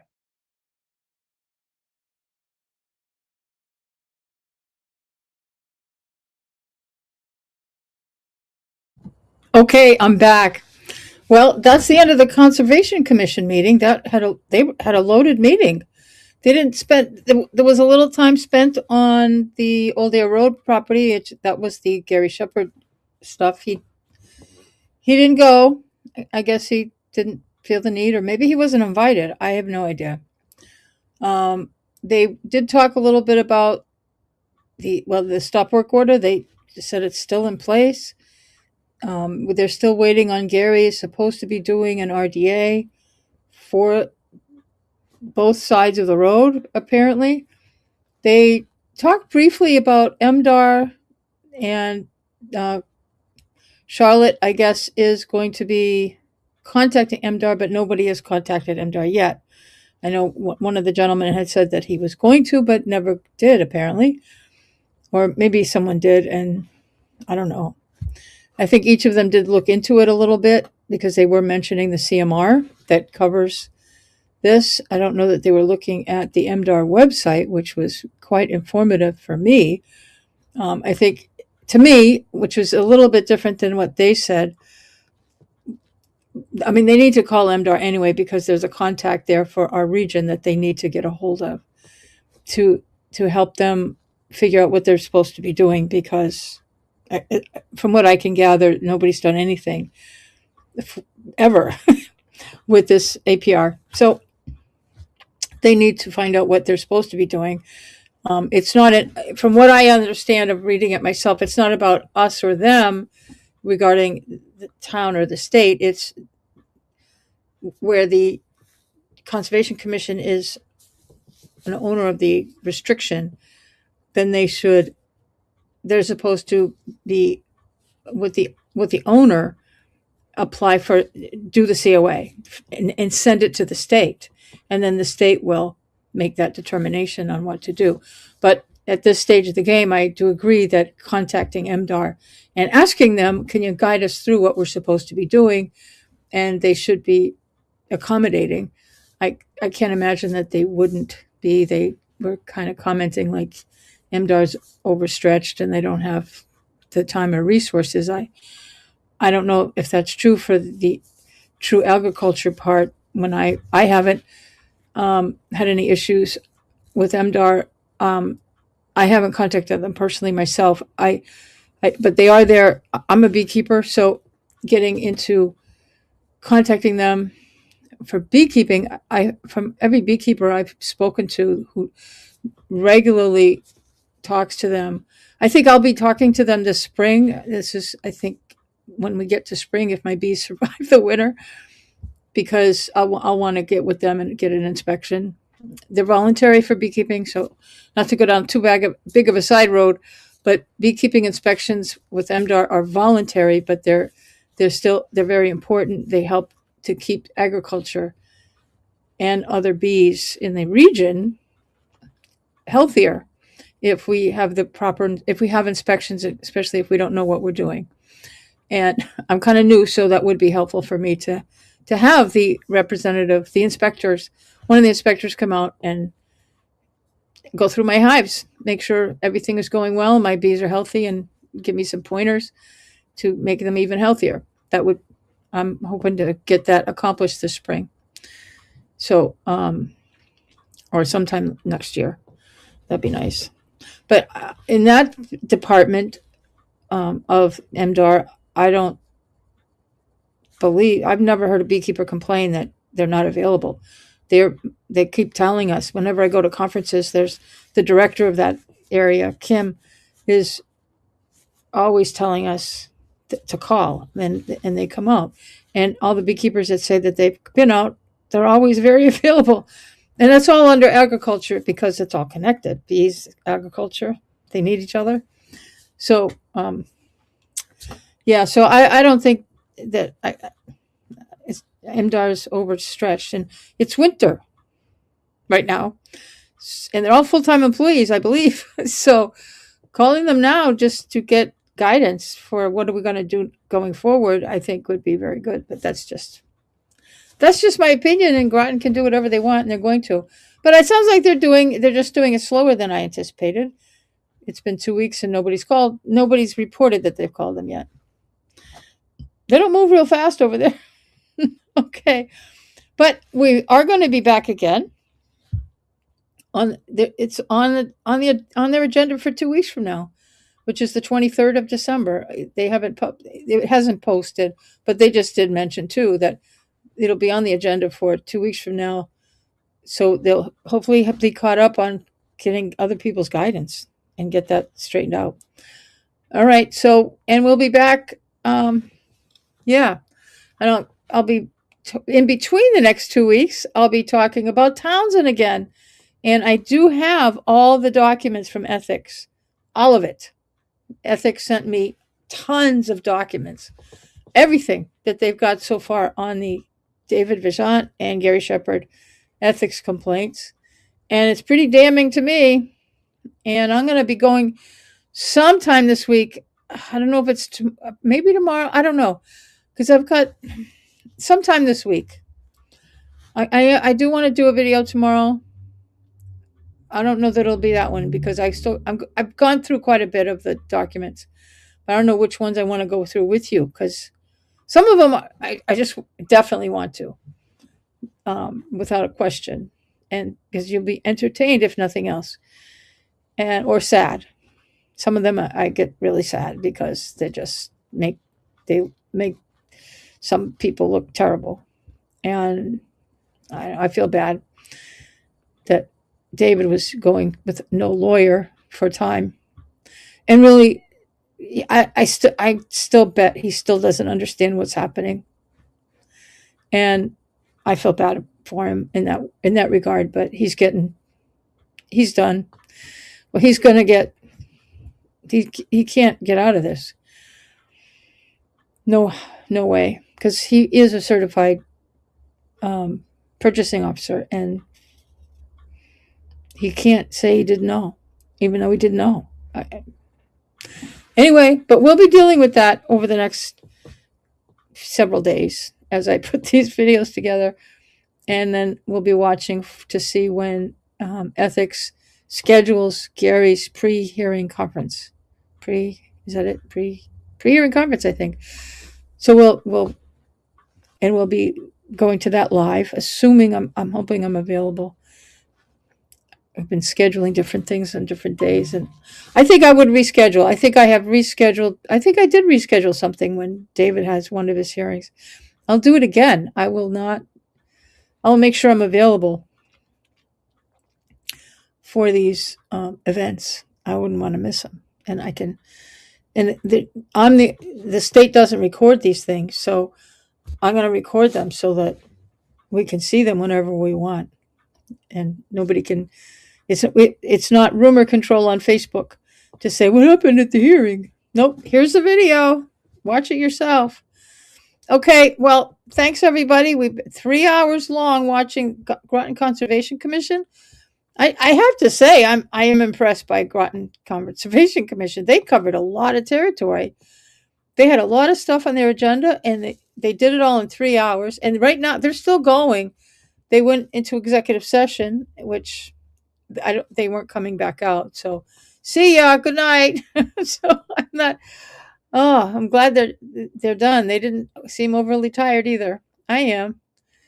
It's 9:15 now. So all right. Thanks everybody for tuning in and watching this video and sticking it out with me. And those of you that are still here, if you haven't hit the like button, I really appreciate it if you would. And if you're not subscribed, that would be nice too, if you could do that. So I would really appreciate your subscribing. It's free, and you can hit the notification bell and be notified of any future videos that I do, so you can stay up with what's going on around here. Okay, thanks everybody. I'm gonna call it a night. Thanks for watching with me. Bye-bye now.